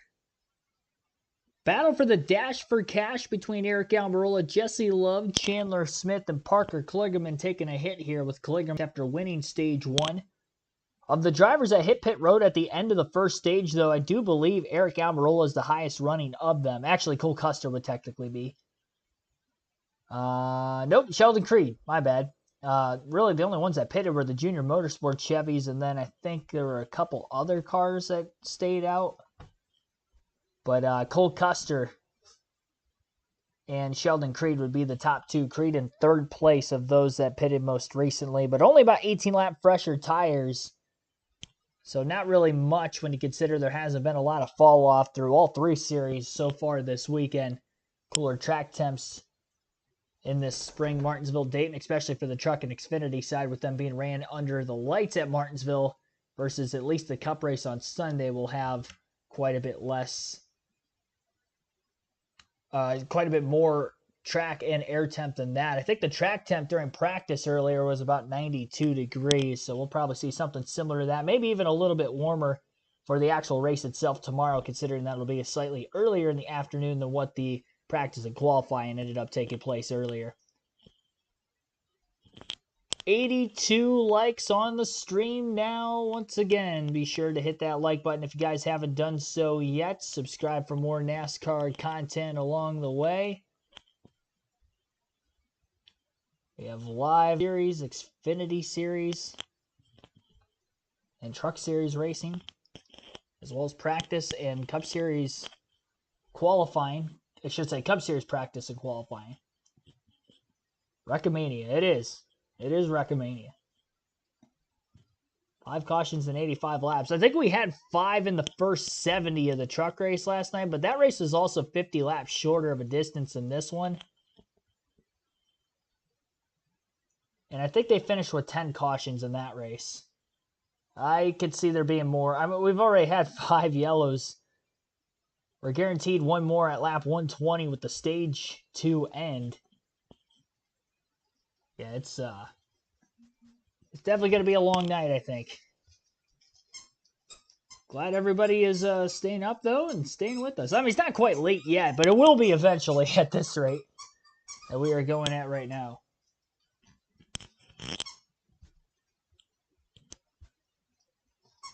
So again, Sammy Smith, your race leader at the time of the caution. Sam Mayer, second. Right around row 2 on the restart is going to be Creed and Allgaier.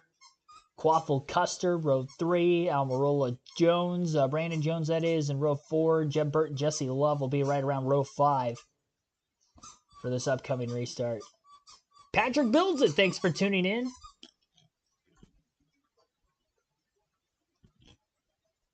Purple highlighted names on the broadcast. That is the Dash for Cash running order. 4 drivers racing for an additional $100,000 based off the top 4 finishers from last week of Xfinity Series points getters. And that same thing will be in effect at the end of tonight's race with the top 4, whether it is the same 4, a different 4, a mix in between for next week's race. Back to racing once again. Another good restart for Sammy Smith and Sam Mayer for the most part by quickly getting to the bottom lane, right in line behind the leader. Big slide by Sam Mayer. Almost got into his teammate Allgaier. 3 wide to the inside went Sheldon Creed. Mayer way up the racetrack again, and I wonder if he may have a tire rub or something going on there because he has lost several positions over the last, really, couple corners. Mayer goes from 2nd to about 9th. And a lap and a half off the restart. He's battling Ryan Sieg for that 9th place position right now.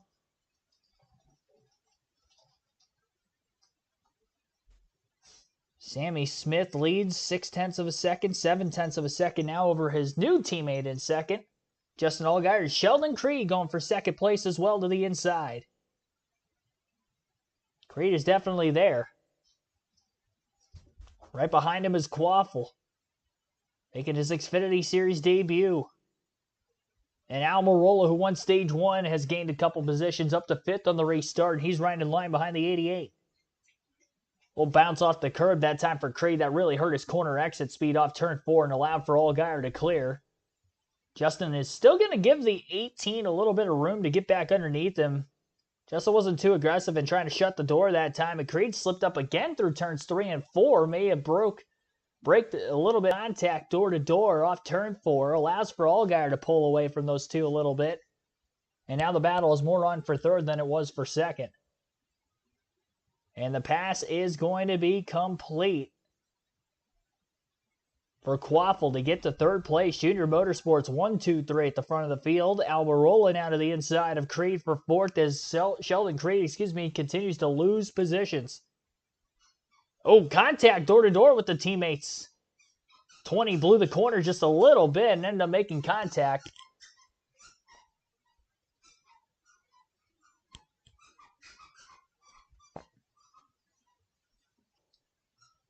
Gone to work, and you saw his stat line doing some good stuff in the Cars Tour, late models, and he's raced here at Martinsville, so he feels comfortable even though he's never raced in the Xfinity Series. Contact Custer and Creed. I'll tell you what, once Creed got moved out of the way by the 88, he has not been able to get down again until now. But that's just how much the can't stop the bleeding sometimes when you get cars lined up on the inside. You know, we were a caution away from talking about how Sheldon Creed was in the best spot possible with his tires, and now he's back, fighting outside the top 5 with a tire advantage on some of the cars in front of him.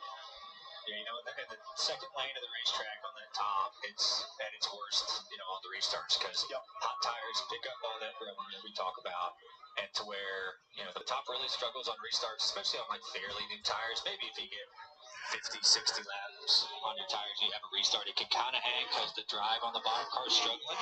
But yeah, it's just a tough spot to be in. And then you saw Creed lose a little bit of track position, so we'll see how good his car is if he can make it back on. When you have an opportunity in this series, you have to take advantage. Love to join the parade tonight. And here's Josh Williams, top 12 last week at Richmond, best run of the year, trying to best it this evening. He's into the top 10, driving the 11 for Colin. I think we're only going to see Josh keep getting better with this opportunity. I think there's a lot of high expectations for him with being in one of the bigger teams in the series. Obviously, his experience in the series, he should be able to be plug and play and compete at the top level. I think that's the expectation, but I think Josh is just going to keep getting better, being able to use the resources that he has over there at college. Let's go from Chandler Smith is a man on the move, working over Sam Mayer, who had that issue now up front, coming from the rear. From Chandler to Sammy, let's get an update on our race leader, Josh. And for Sammy Smith in that 8 car, this is one of his best tracks. The only track he has 2 top 5 finishes at. Won the pole here last year. The team knew, even though they had to start at the back, they had a really good long run car. You're seeing that right now. Sammy's only can play that car a little bit free, but otherwise he feels really good about it. Remember, he ran the truck race here last night with the top 10 finish as well. Yeah, he's already kind of found that Martinsville after he won the pole here a season ago, and he's approaching 200 in his career. That's better than any other track, but he's got company. Here comes the veteran, Justin Allgaier. Yeah, you see Justin putting all sorts of pressure on him. Kind of just got to him, and you see Justin able to kind of wrap the curb longer than the 8 car. You see how much lower he comes off than the 8? That's going to pay dividends as this run goes on. Justin's going to take a little peek. All right, think better of it. Hey, I'm here. Justin opens his entry up, trying to get a little bit better run. off that corner. Pretty good. Justin definitely has a superior car right now, and he's being very disciplined. Discipline to the curb is a big thing here, and it just helps you out so much better on the long run when you can come off so low and straight like that. It just saves your tires, and that shows up. So we're going to have a good race here to the end of the stage, and Carson Quapple's closing in too. These guys haven't driven away from him. We're starting to get to that point in the run. I think as you go through this transition, I think Justin's experience is obviously paying off with some of the options he has. And, Eric Almirola as well coming into the picture, but this transition has seemed to hurt Sammy because he had about a second lead for quite a while, and obviously Justin's all over him right now. This is when it kind of gets fun, right? Like Justin rolls the center better. He kind of gets to his bumper right while they're about to get to the throttle, and Justin has to wait a second because the 8's right there. He can't just run through the 8, and so then it kind of extends back. So, he's got a really good run here. He's probably going to get to the inside of him. But, yeah, it's a weird slinky effect here at some points. But Justin did a good job being really patient, coming off low, using the strength of his car. And Quaffle lingering just behind both of them right now. 1, 2, 3 in the order for Junior Motorsports. Smith might have gotten up against the wall off turn 2 as he went a bit wide. On that outside groove, falls in line in second. Allgaier to the lead. And how quickly can Quaffle potentially get around the 8 and as well as the 20 of Almirola if they have a shot yet to win this stage? Top 10 in the running order with 8 laps to go in stage 2 has Justin Allgaier out ahead by 0.4 of a second right now. Pass for third was just made as Eric Almirola is now in third place, 0.8 of a second off the lead. Carson Quaffle in fourth, 1.1 seconds back. Cole Custer's in fifth place, 1.5 seconds off the lead. Sheldon Creed in sixth, 2.1 seconds back. Brandon Jones, 2.8 seconds back in seventh. Jeff Burton, 4.5. That is your top 10 in the running order. With 6 laps to go in the stage. Battle for second now between Eric Almirola and Sammy Smith. So Almirola making a couple of passes late in stage 2. Trying to get himself into a better position here before pit stops await at the stage 2 break. Half a car length ahead at the start-finish line that time by was Almirola. He's still on the inside of Smith. Off the exit of turn 2, accelerates by. So he's got by 2 Junior Motorsports Chevys, 1 to go, but he's 1.2 seconds back late in the stage. Shane Van Gisbergen making a pass for 15th in his Martinsville debut as he battles Jesse Love. And Taylor Gray, despite getting involved in that big incident, still running. And I thought he had more damage than he did, but this car seems to be relatively okay. Still back in the 17th place position. He's the only JGR car that is not in the top 10. Just the second career start for Gray in the Xfinity Series. And again, he had a top 5 last week. Finished third in his debut. Run full-time in the Truck Series this season. Qualified for the playoffs a year ago. And top 10 in points so far this season in the Truck Series as well. That would be Taylor Gray again. The last couple laps, Almirola was a bit quicker than Allgaier, but he just doesn't have enough time to get to him. And Allgaier could be holding back just a little bit, knowing that he does have a big enough lead. Not by much, but about a tenth or two quicker lap here for Almirola since making the pass for second with 5 to go in the stage. And we're down to 1 lap to go in stage 2 at the line this time by. So Justin Allgaier about to go on and win a stage here in this NASCAR Xfinity Series race. I believe the last time he won a stage, correct me if I'm wrong, but I think it was Phoenix earlier this season, and that was a race where he was leading with 5 to go and had a flat tire while leading by 4+ seconds.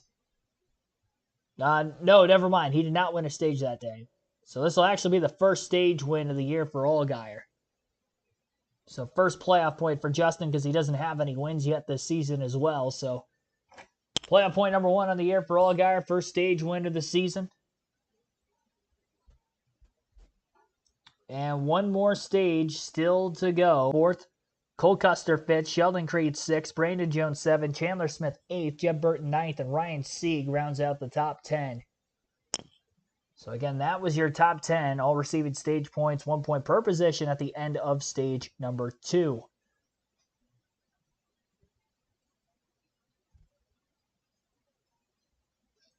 Time to close the poll now that we are at the end of stage 2 in this one. For who you think is going to win, 93 votes were casted. 45% of you say somebody other than Custer, Creed, or Almirola will win. Well, Allgaier was leading at the end of stage 2, so you guys collectively might be correct in the chat. We'll have to wait and see. But that poll is now closed. Andy Cox, thanks for tuning in. Mentioned a little bit ago about Sheldon Creed maybe having a chance at it tonight. Definitely looks like he's got a fast car. I'd say he looks a lot faster in the short run than the long run. I think the long run speed is where Creed's lacking. It seems like Almirola's got the best long run speed of the JGR cars.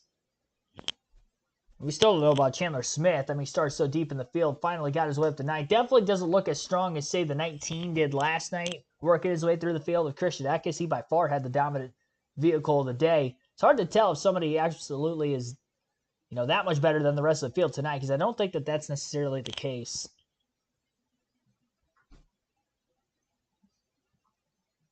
Yeah, that was our longest green flag run of the day, I do believe, up until the sixth caution. So 6th caution, and we are a couple laps away from halfway, and they can make it on fuel to the end of the race from here. So these could potentially be the final stops of the race. We'll have to just wait and see how the rest of this one plays out. How much later we end up getting cautions. Maybe we get so many cautions that it won't be worth coming down to take tires at some point. Either one of those two things could end up happening. 87 likes on the stream. Again, our goal is to get to 100 likes, so be sure to hit that like button if you guys haven't done so yet.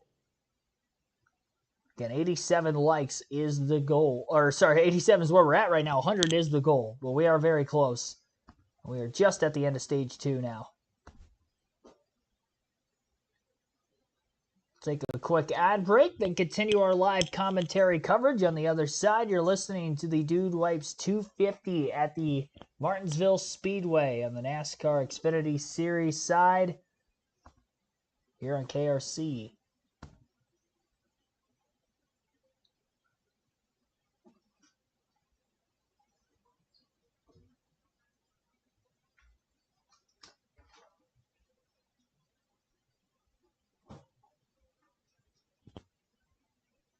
I do believe Parker Kligerman has gotten the free pass with this caution. Towards the end of the run, he just couldn't finish the corner, chattering those tires too much, so they're going to try and free him up to help him out. For Carson Quapple, he said that car is almost perfect, just a little snug towards the end, so they're going to make a track bar adjustment. Regan? Eric Almirola had been a little bit loose into the corners, but felt like the damage from earlier actually helped that out just a little bit. See a little bit slow on the right side right there. He needs a little bit more turn center is the biggest problem right now for him. And your leader, Justin Allgaier, getting his first stage win. He's a little bit tight in traffic, a little free out front. They're going to tighten him up some. Drivers will always tell you the easiest place to pass at Martinsville is pit road. And what a race coming out of the pits. Almirola, Sammy Smith. The tracker says Almirola +1, Sammy Smith +1. Creed with a great pit stop. His crew gets it done. He's +3. Allgaier losing 5 positions in that exchange. Another one that lost a ton of spots was Carson Quapple. We'll reset and get the restart when we come back to Martinsville for the final stage. Getting groovy with it as we head to commercial in the stage 2 break on Fox Sports 1. So Eric Almirola wins the race off pit road, and he will take over the race lead to begin stage 3. He was the winner at the end of stage 1, and again, stage 2 winner was Justin Allgaier. So far in the laps led category of this race, Sammy Smith has actually led the most laps with 42 laps led.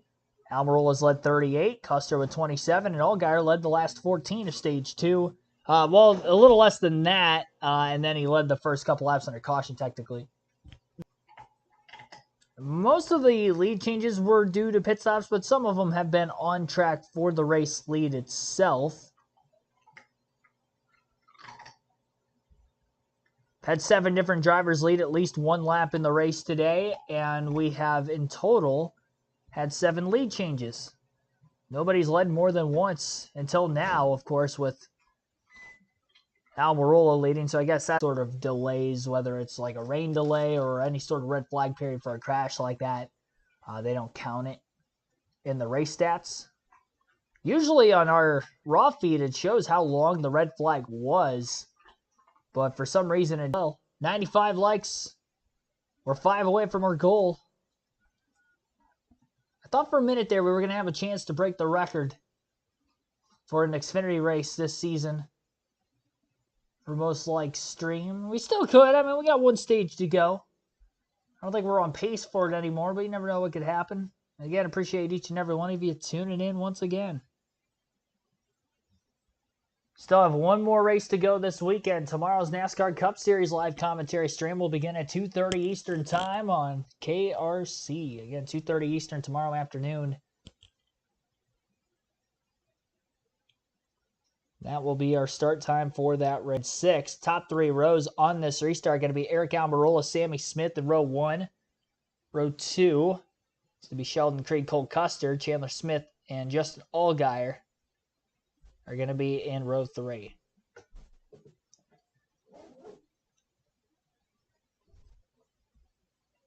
Average cautions at Martinsville in the final stage for an Xfinity race, 8.4. That is a lot. That's way too many.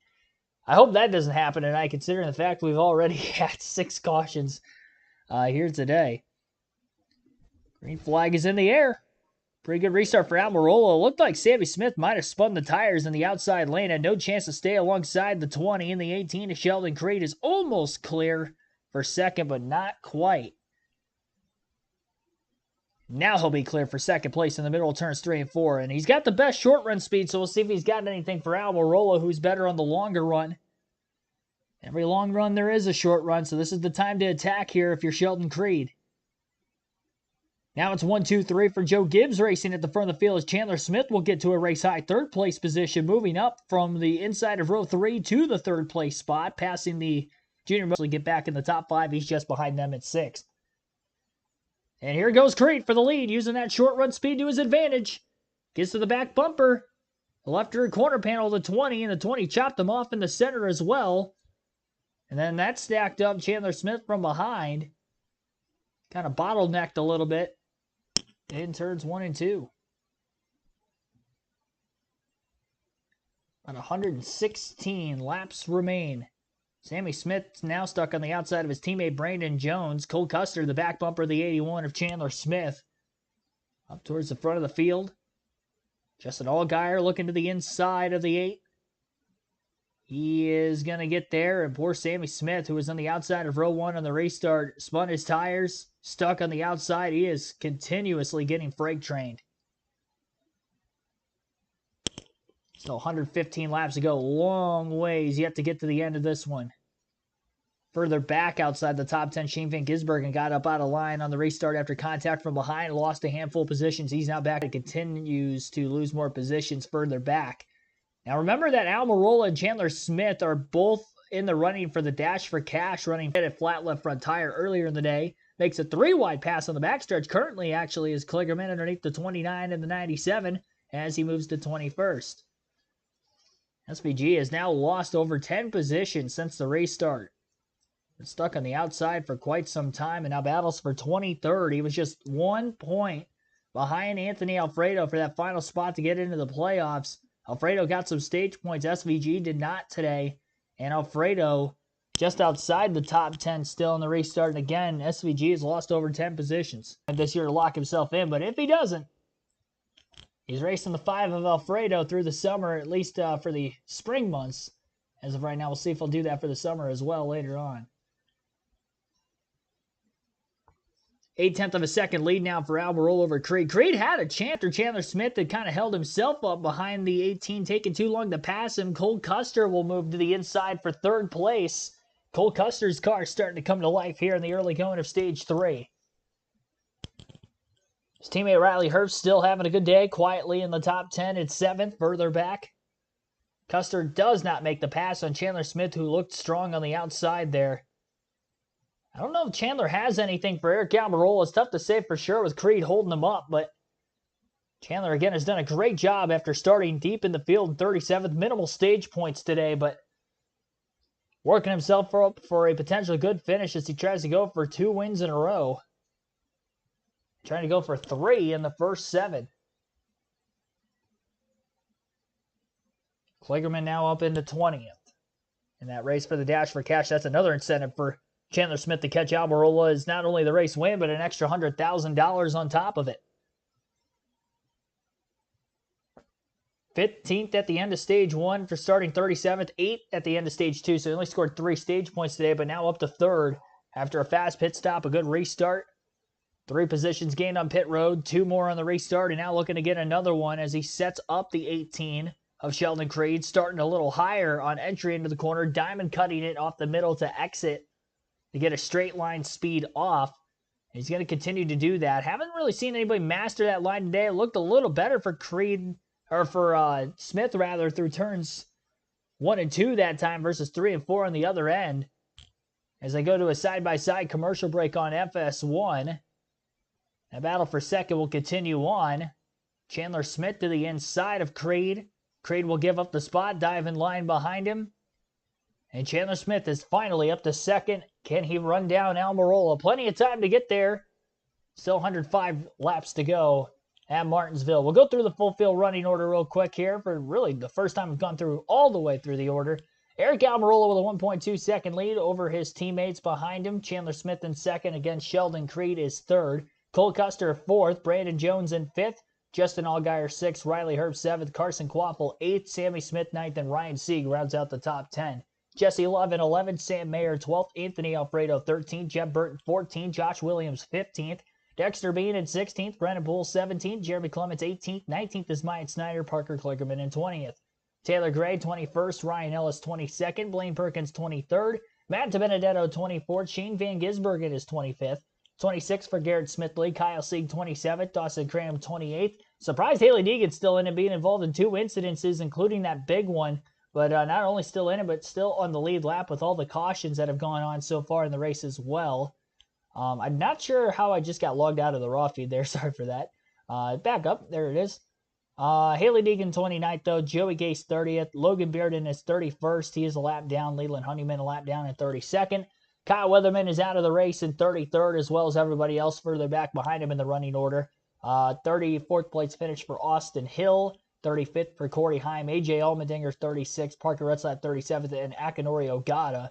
DNF well before that big crash we saw at lap 70. He pulled into the garage at lap 41, so he'll finish last in 38 today. Almirola, your current leader. Winner stage 1 has led the most. 61 laps led. Stage 2 winner is 7 different leaders so far, as we have had so far 6 cautions. Saturday night short track race. Yeah, Burton going at it. We update the progress of our Dash for Cash drivers. They're 1-2 right now. Almirola, Chandler Smith in the first and second position. They were 1-2 in the race last week. Jesse Love, just saw him as 14th. Winner gets $100,000 tonight, and you don't have to win the race. You just have to beat the other 3. Let's talk about the man in second, Regan Smith.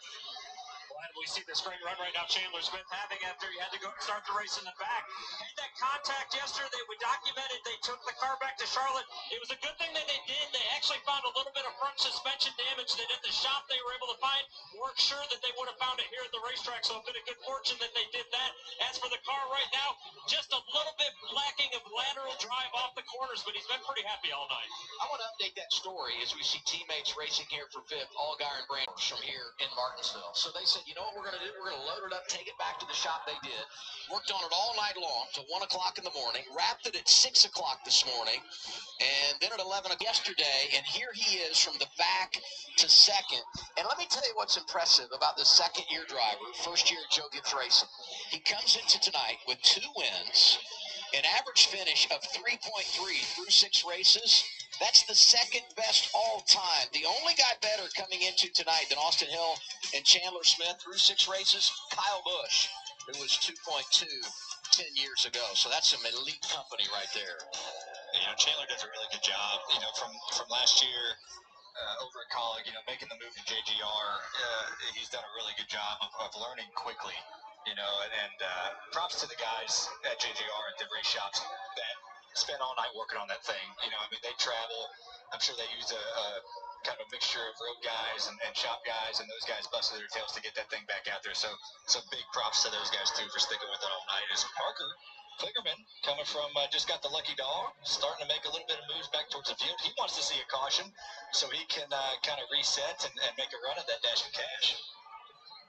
Another one of his biggest movers that stands out, Carson Quaffle. They fell inside the top 10 after running third in that stage, and he's up into seventh now again. Trying to pass his much more experienced teammate Brandon Jones. He's working his way back through the field and clearly has a lot of pace in that 88 car. Joey Gates just in front of him in a 53 and has gone a lap down. He's the first car one lap down, so he would love to see a caution, get back on the lead lap. I think Carson has a really good long run car. They've had a couple rough pit stops. It's kind of set him back a little bit from where he was running, but he's done a really good job of just being patient. Hey, my car's good. I'm gonna pick my way through here. Ola and Smith and the 18. So I'd be curious to see where this 88 car can go. Yeah, he was actually faster than all of them on that last lap, even after just completing that pass. So, and it's the kind of racing he comes from, right? You got to take care of your stuff, be able to make it last. And they're running P6 now. It's pretty impressive in your debut. Quappel is a short track guy. For Eric Almirola, when it comes to the top levels of NASCAR, he's 0 for 120, and that's Cup, Xfinity, and Truck. But tonight, doing all the things he needs to do to check the box. And with 2 kids at home, in college, not too far down the road, an extra $100,000 could come in handy. Yeah, Eric is, obviously just an incredibly smart racer, right? He's been in the sport for many, many years, understands what is needed of his car at certain times, and understands what he needs to ask of it. So you can see he's being super patient here through lap traffic, saving his tires because, hey, this thing might run 85 laps to the end. So you have to always have that in the back of your mind. I can't just go run my stuff off of it here in the first 20 laps of this thing, 30 laps. I have to really be thinking of the long haul and seeing where this thing goes. So he knows all that, and he's been doing a good job of pacing the field. It's been a great year for the 20 team, led by Tyler Auer. Won at Las Vegas with John Hunter Nemechek. Good last week. Side-by-side commercial break on FS1. 84 laps to go at the Martinsville Speedway. As we continue our live commentary coverage again, we'll take a quick ad break and RC.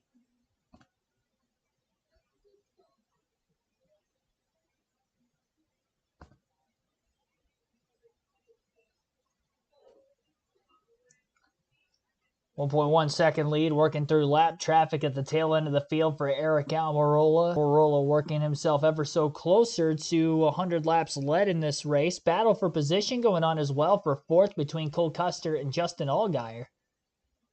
Allgaier on the inside of the 00 of Custer. And it looks like we are under caution once again. 7th yellow of the race. Piece of debris on the racetrack. Sheet metal on the back straightaway, it appears. And that low line, not low enough down to the wall that it was out of the way. It was in the actual low groove of the racetrack if somebody were to try to run side by side. So caution is out again for debris on the back straightaway. And once again, it is our 7th caution of the race.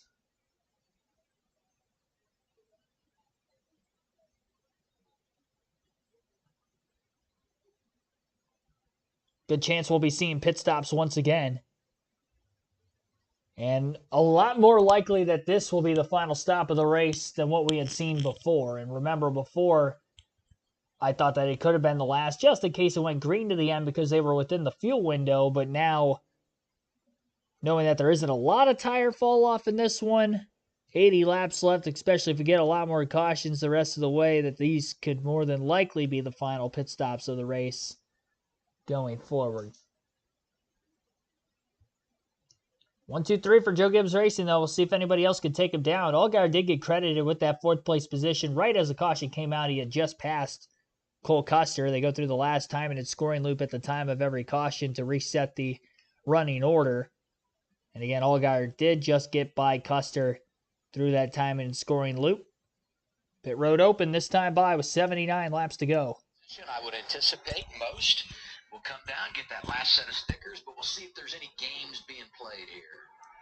I think you're going to see those guys come. I know there's still to go, but everyone's got 50 laps on their tires. So. And let's start with the 18 of Sheldon Creed. He said it's the same issue he's been battling all night, just a little snug and trouble finishing the corner.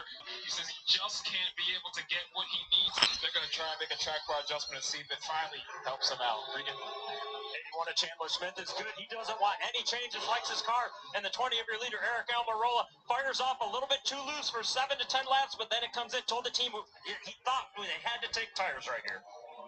They do, and Eric Almirola able to win the race off pit road.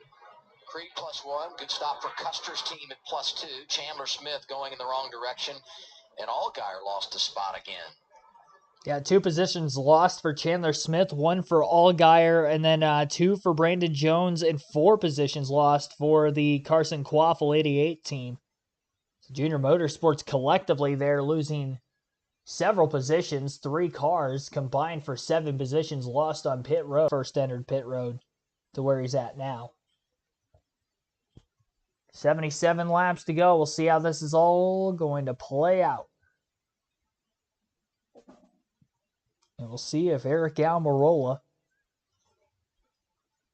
can hold on and get the win. I believe we have hit our goal for like.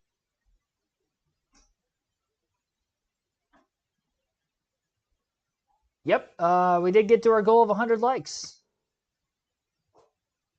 101. 101 likes on the stream.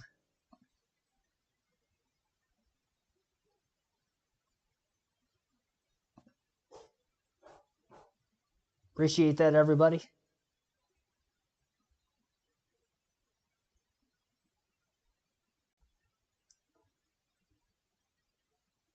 Choose rule in Xfinity? Yeah, they do it in all 3 series.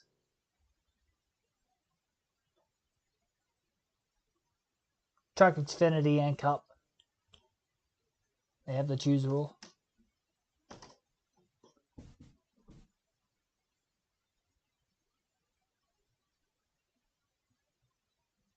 Parker Kligerman looked to have stayed out of the pit, so I think Kligerman's actually going to be the race leader on the restart on slightly older tires than the rest of the field.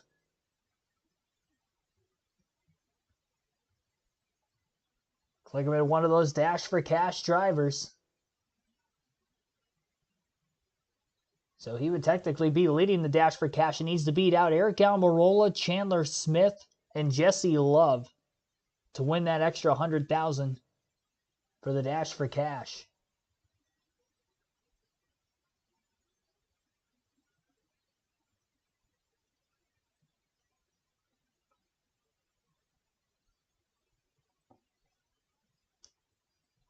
Forcing an early end to the Winter Nationals. We will finish that race today. Coverage of the final rounds of Top Fuel Funny Car Pro Stock is coming next from Phoenix after the Xfinity race on FS1.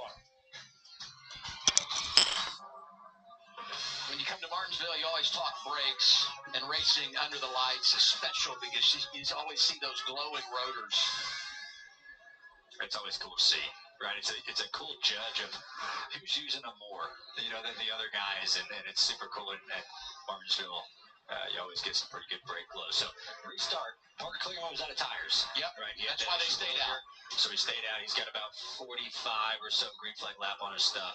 Everyone else behind him on stickers. Sheldon Creed was second.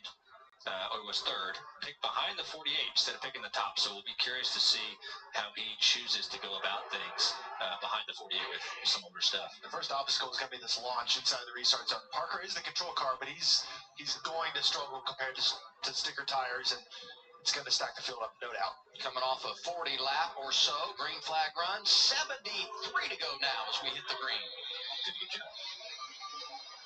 That's about as good as you can ask for Parker for that launch. But I'm just going to try to roll this top here and pitch him off and be able to get this lead on the back straightaway.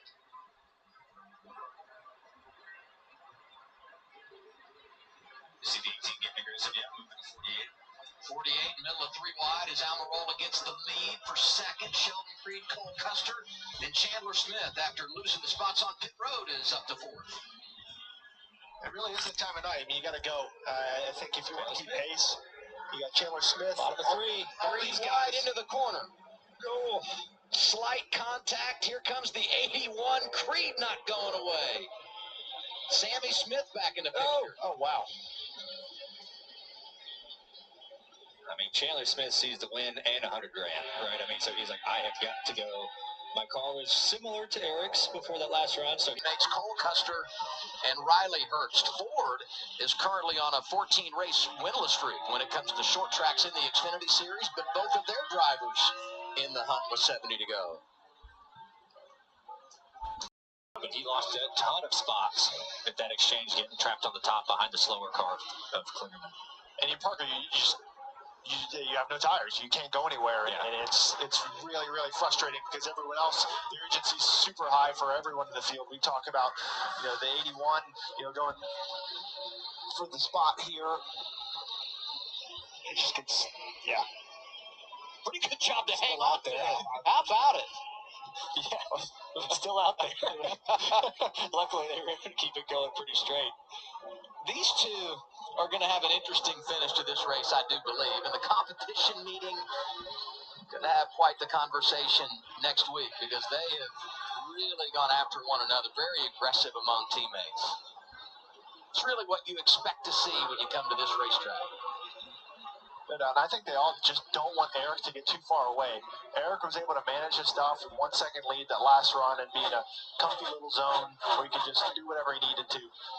And I think these guys need to get to where they put pressure on him throughout the entirety of the run. Because I think they have the pace. It's just, who sorted it out to be second. And I think Chandler, and we've seen Sheldon struggle at this part of the run, throughout the night.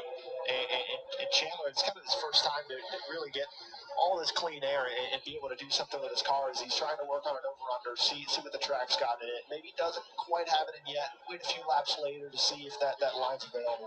Yeah, every lap that Chandler's trying to pass the 18, he's using his stuff up, right? That wide entry, that turn down in the middle, you're grinding your right front tire, you're trying to get back to the gas harder because you have a straighter exit. You're really kind of spinning your tires. So the longer in the gap, Eric loves this right now. He's like, my biggest competitor is the 81. He's working hard to try to get by the 18. But Sheldon's doing a great job. I mean, he's doing an awesome searching for his first career victory. Two of those coming right here at Martinsville. One of them, ironically enough, last fall when he was racing with his teammates at the front of the field late. Allgaier trying to muscle his way back to the front.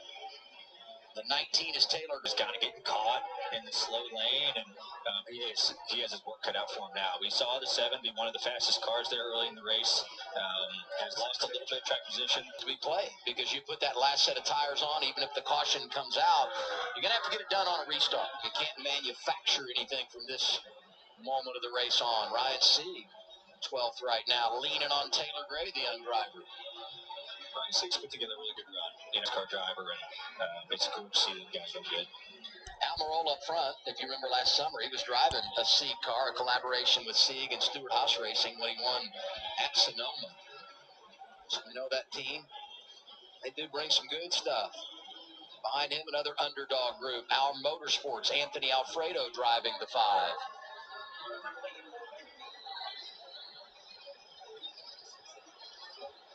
Jeff Burton not going away. And it's another race, another first time seeing a track for the rookie Jesse Love. Late in the race than he has throughout the balance of the 10th right now. And if he finishes in the top 10, it would be his 4th consecutive race inside the top 10.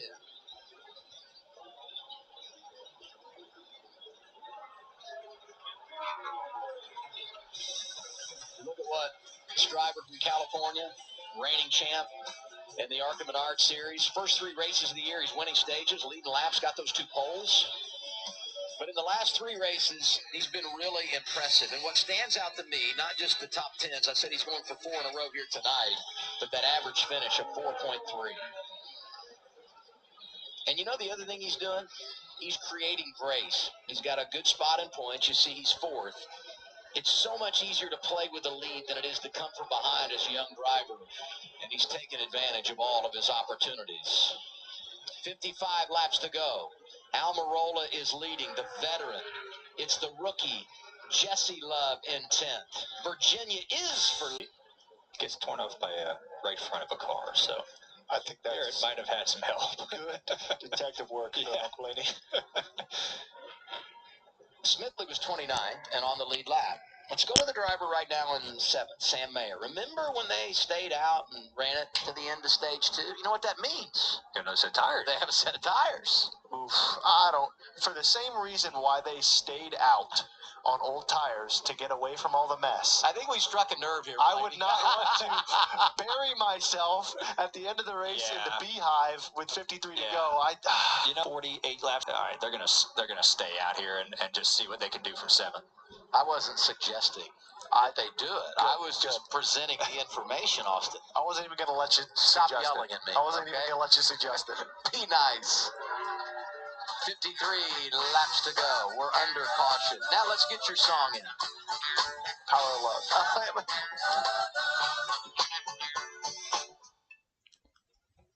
Under caution with 52 laps to go in this NASCAR Xfinity Series race at Martinsville. The Dude Wipes 250. Didn't get the diecast showing at the end of stage 2 tonight, so I've got it at this point of the race right here. Ryan Blaney doing the commentary on FS1, so I figured why not get one of my Ryan Blaney diecasts out. This is a 2018 Pennzoil Ford Mustang. Actually, no, this is the Fusion Pennzoil cars. Even Logano's had some good Pennzoil paint schemes with alternative schemes I liked. But, yeah, obviously Ryan Blaney is my favorite driver, so this was actually one of the first Blaney diecasts I had.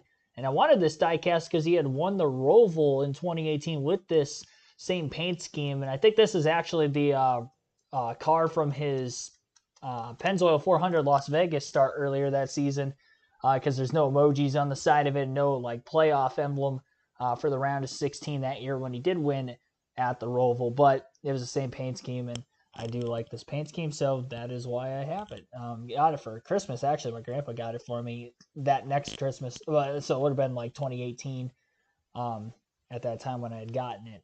Christmas 2018, so during the off season. But yeah, this is one of the earlier diecasts I had into my collection of 124 scale diecasts. That is the diecast showing. I did not get it at the end of stage 2, but I did not forget for the night. So there it was. 50 laps to go at Martinsville. 200 laps in the books. Eric Almirola is your race leader. Wait to see if we get it. We'll see if this is the last caution of the night. I don't think it's going to be. I hope it is, but I don't think it will be. It's our 9th caution in total, and our 2nd of stage 3. 107 laps led and counting for race leader Eric Almirola. And still a 1-2-3 race at the front of the field for Joe Gibbs Racing. In 2006, and then ultimately coming on a consistent basis, again, as I said, in 2020. When you look at the 7 races in the last 4 or 5 years, we've had 7 different winners. In fact, if you go on back, the last 13 races here have produced 13 drivers getting to victory lane. And they're in position to do it again tonight, running 1, 2, 3, just as they did a week ago. And if they finish 1, 2, 3 tonight, got a long way to go, but they would be doing that back-to-back top 3 sweeps for the first time since 2016. And I think some guys thought it was open. I think there was a miscommunication to either the drivers or. Well, okay, I think they're sorting it out now. Possibly, I don't know. This is interesting. I'm going to watch.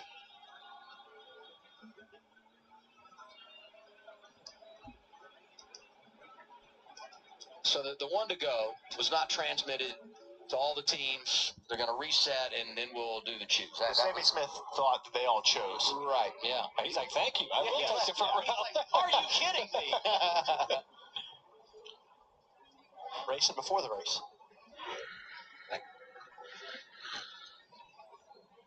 Should be an interesting choose there. I think we've seen Sheldon be pretty aggressive on taking front row every time. I don't expect that to change. Now we get to choose.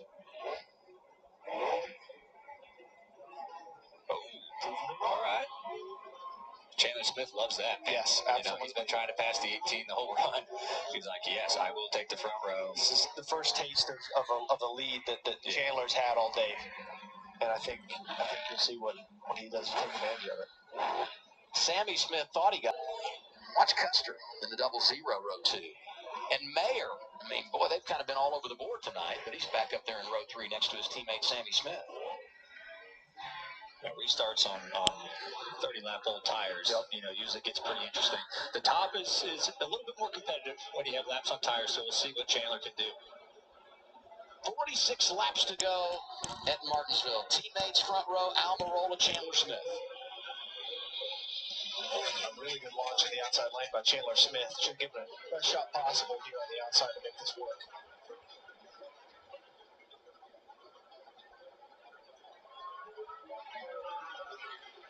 Got word from NASCAR. The restart is under review. They've looked at a couple tonight. No penalties yet. He's hanging tough in the outside. Doing a really good job of hanging out there. See Eric trying to run him up the track a little bit to Eric, so Eric can just get a little bit straighter launch.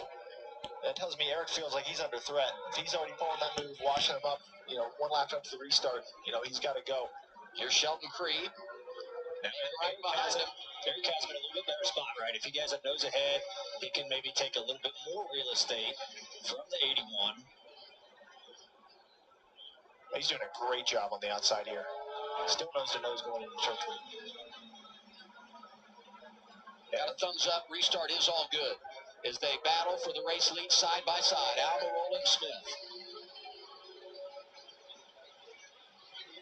And this is the toughest spot possible because, I mean, this is your teammate, and you are racing for the win, and you're racing for $100,000. And we still have 43 laps left, but to be out of control of this race is super important as Eric finally gets that pass done for so long, and Chandler's just going to sneak back down back in front of his teammate. Little contact between the 18 and 81. 18 said, no, sir, you're not getting down in front of me.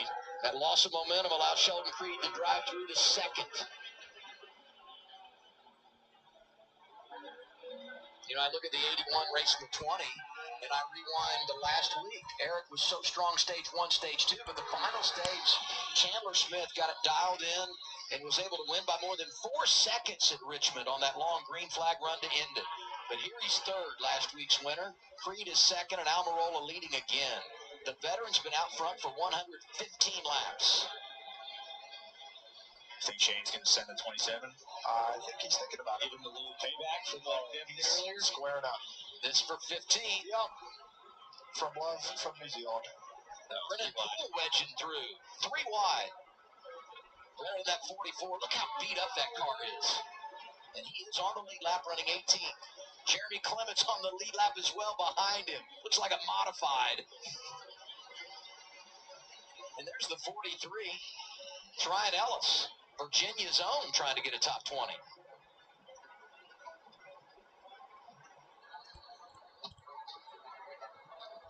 Parker Kligerman in the 48. They came down pit road on that last caution, put on some scuffs. We mentioned earlier they were out of tires. Just trying to make something happen. 21st right now.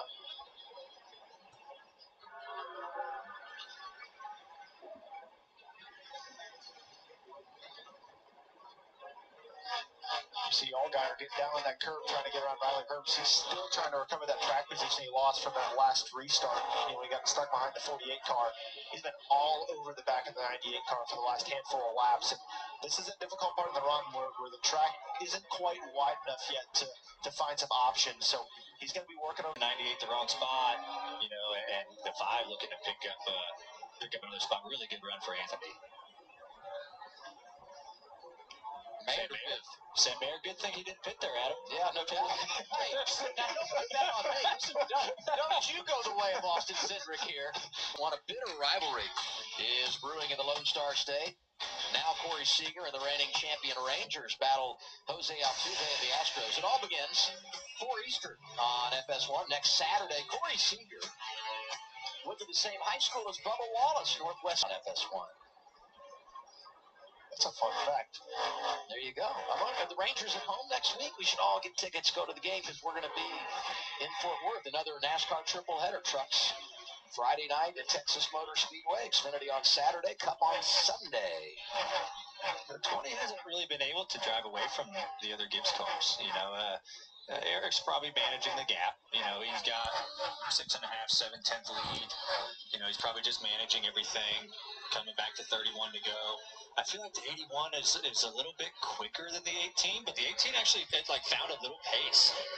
The 81's just not beating his bumper off anymore. So Sheldon Creed, they might have worked on that car a little bit, making him a race-winning car here late in the race. I mentioned we're going to Texas next week. NASCAR Xfinity Series, round 8, Saturday afternoon, 1:30 Eastern time on FS1. Joey Logano, feel like he's here most every week, right? But Ross Chastain, I don't know. I got nothing good for you. advice. Don't wear a bow tie because apparently it drives people crazy. But here I am. Allgaier, Riley Herbst. Mayer trying to get fourth away from Custer. Mayer's on the move right now. Car showing a lot of speed here late in this race. He needs it. Mentioned all the bad luck for Junior Motorsports and shouldered the load for most of it. Just wrong place, wrong time, so many occasions. Almirola is probably, I don't know, 10 laps away from getting some pretty dense lap traffic. We've got around this 42 car, and we're about less than a straightaway away from lap traffic to come up. So it'll be interesting to see what happens. I think that's really when to go. It could definitely play a dynamic into the end of this race. Last week at Richmond, Almirola led 95 laps. That's the most he had ever led in his career. He's bettered it tonight. You see the graphic. Just about to hit 130. I'm happy to see Eric races for Joe Gibbs Racing this year. And Eric just is not racing. He's become a mentor for all their young drivers. What an asset to have, not just behind the wheel, but in the shop, on the pit box if he's not racing. And doing a great job of being a team player. What an interesting perspective that must be. He's sitting there, he's racing those teammates for the lead, for $100 grand. And he's also supposed to, be somewhat of a senior position. He said, here's the deal. Let me give you some advice on racing in the Xfinity Series. If I'm leading 25 laps to go, don't pass me, right? It's framed really well for him. Yes, 100%. Anthony Alfredo, That's pace, all races. We're obviously heating up here. stretch out the lead a little bit. 18 starting to struggle. The 1 is around any longer.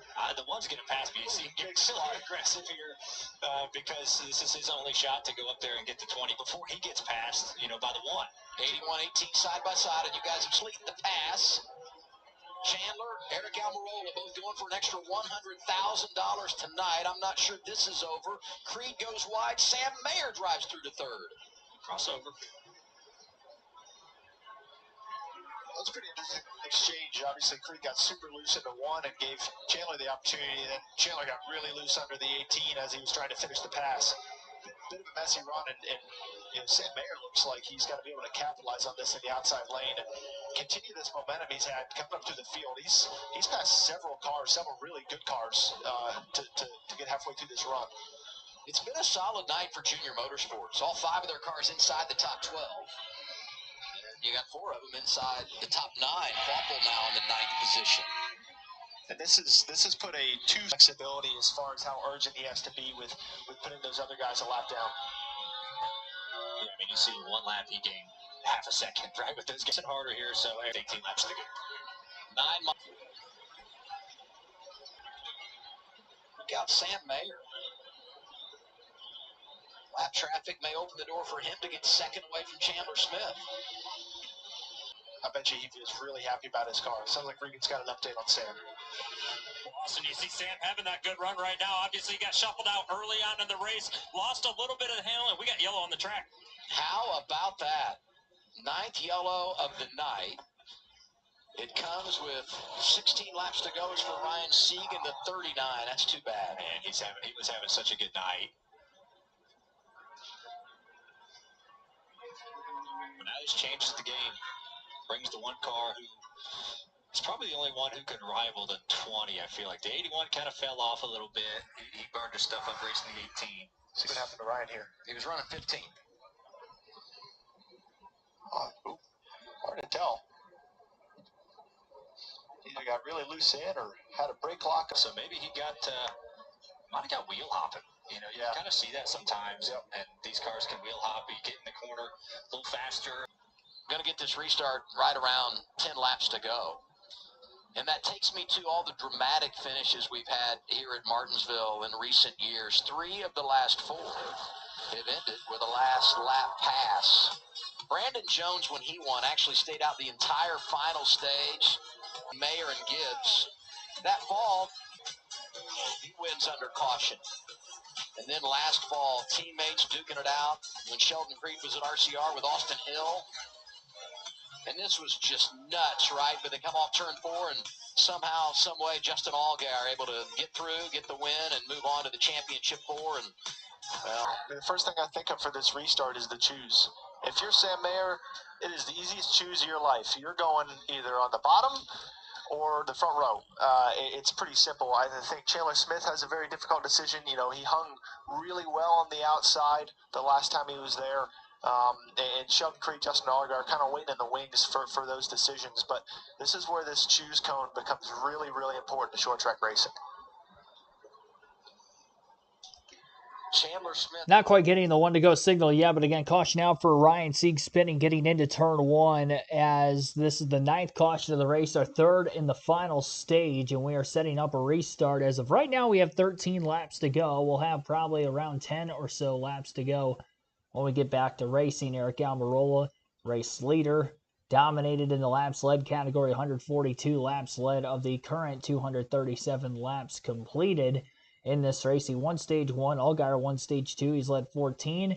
Next closest driver to the laps led category 2, Almirola, is Sammy Smith, who led 42 laps in the middle going to the race.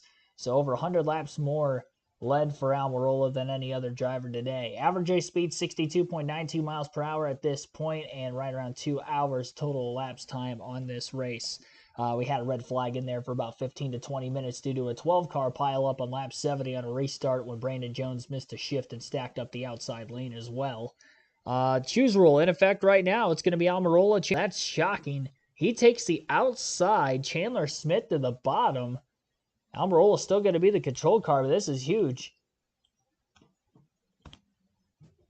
Should have rolled that out right when the stream.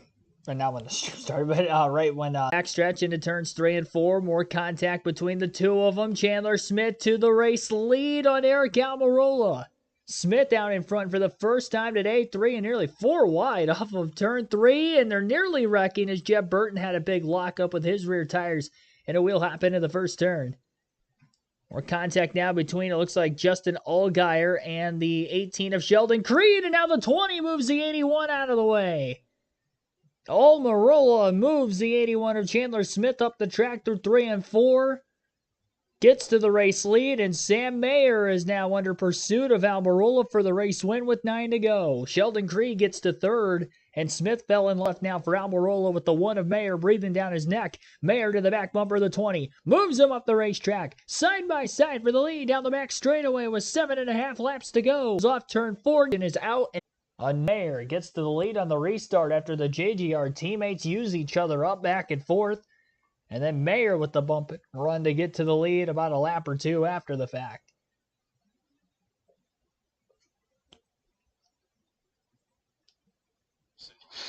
Left rear looks cut. He might have had a cut left rear there off of 4. And you saw it. Yeah, I think he had a left rear down and slowed up and kind of got run over from behind. So just one of those things that just compound right on each other, and took a couple guys, involved in that wreck. Poor Jeremy Clements has had a rough night. I think doesn't have any front end left to get torn off. He got tore up on the restart, got tore up in that wreck, and unfortunate night for those guys, and unfortunate end for Jeb, who was stringing together a pretty good run. All those drivers outside the top 20 when they got collected. Saw Burton. We got Carson Quaffle in the top 5, Shane Van Gisbergen, P10. Those are some really good runs for guys that do not have a lot of laps here in these cars. I'm going to look again at that sequence between Chandler Smith and Eric Almirola as they battled back and forth after that last restart. I would say this was more contact than I was maybe expecting with 10 to go. But it shows you how important it is to get track position in the lead. And after Eric Almirola got the top spot, no rest, because here comes the one of Sam Mayer, and he too using the bumper late in the race in Martinsville. Let off the brakes a little bit sooner, and I mean, all that stuff is just the end of this race. People trying to get the lead. Obviously, this next restart is going to be big, and gosh, I don't know what's going to happen. You know, Sam Mayer's got a set of tires. You can have them. You can have them. Put them in your car. You can take them home with you. I had to bring it up. I had to bring it up. Yeah, those are the tires that Sam Mayer's not going to use. Hey, I know when Marty Lindley was playing out the strategy, we were all like, this is curious. But I think they've shown how good their car is and the fact that they can manage through it, and they've established themselves now and put themselves in a spot to go out and win the race. There's Marty. Okay. Where do you pick, right? Because I think you got to pick the bottom, right? The 20 lost the lead on the top. The one is he have a lot of grip and speed. So, yeah, I think the one's got to choose the bottom. And I think Eric, you got to have a shot to win. I'm going to choose the front row, right? Or, hey, he just got moved by the one.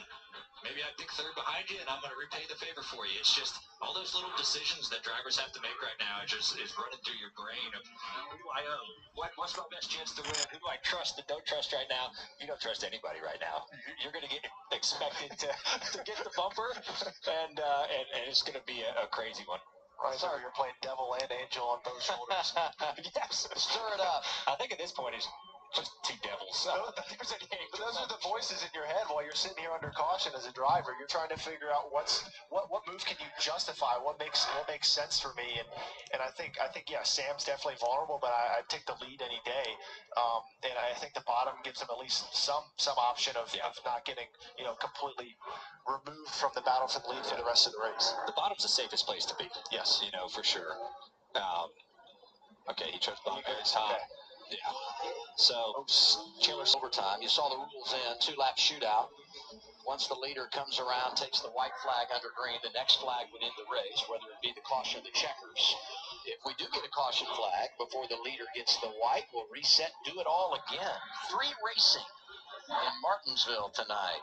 And we've got Sheldon Creed, who is still trying to win that first race, line up there right behind the leader. Pandemonium is about to break loose on this overtime restart in this NASCAR Xfinity Series night race at Martinsville. Playoff spot on the line for some, and a grandfather clock, $100,000 on the line for a couple others in the dash for cash.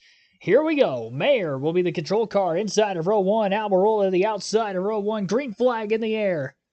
Pretty good restart for Almirola on the top groove. The 18 pushes the 1 up the racetrack, going into the corner. 3 wide for the lead. Creed sideways. He holds on to it. Completely uses Sam Mayer up. Mayer holds on to it. Down the back straightaway into turn 3. Still 3 wide around 5th. And Eric Almirola is leading the race as he works his way off turn 4.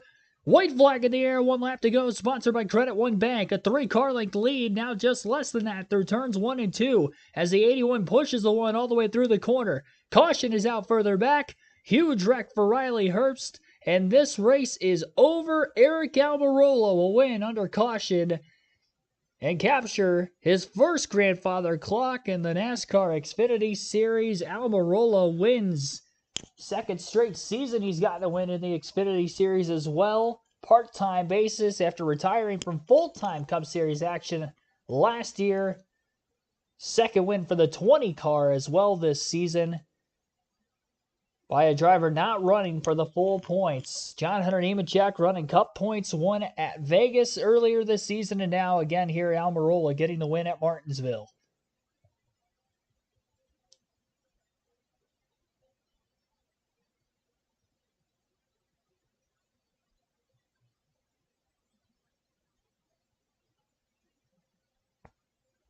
A wild finish, to say the least.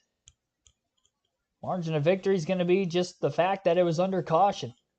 2 hours, 7 minutes, 49 seconds total time in the race today. That's excluding a 15 to 20 minute rain delay. The average race speed was 61.87 miles per hour. We went 1 lap past the scheduled distance, 251 out of the originally scheduled 250 laps. And Eric Almirola leads 148 laps to win the race. Won a stage in there as well, winning stage 1. Allgaier, who won stage 2, led 14 laps. 42 laps led for Sammy Smith. Chandler Smith led for a few in there. Cole Custer led 27 very early on, but the dominant car of the day is the one that gets the win when it's all said and done. And that would be Eric Almirola, who's burning it down on the front stretch. His caution at the very finish was our 12th yellow of the race that ended this one. In overtime, 27 cars finish on the lead lap. We'll go through the full field finishing order. Smith was third. Mayer gets second. Solid evening for both Junior Motorsports and Joe Gibbs. JGR has won 5 of the 8 races since the Xfinity Series has returned to the paperclip, and this is what it's all about. You win the race, you get the 100.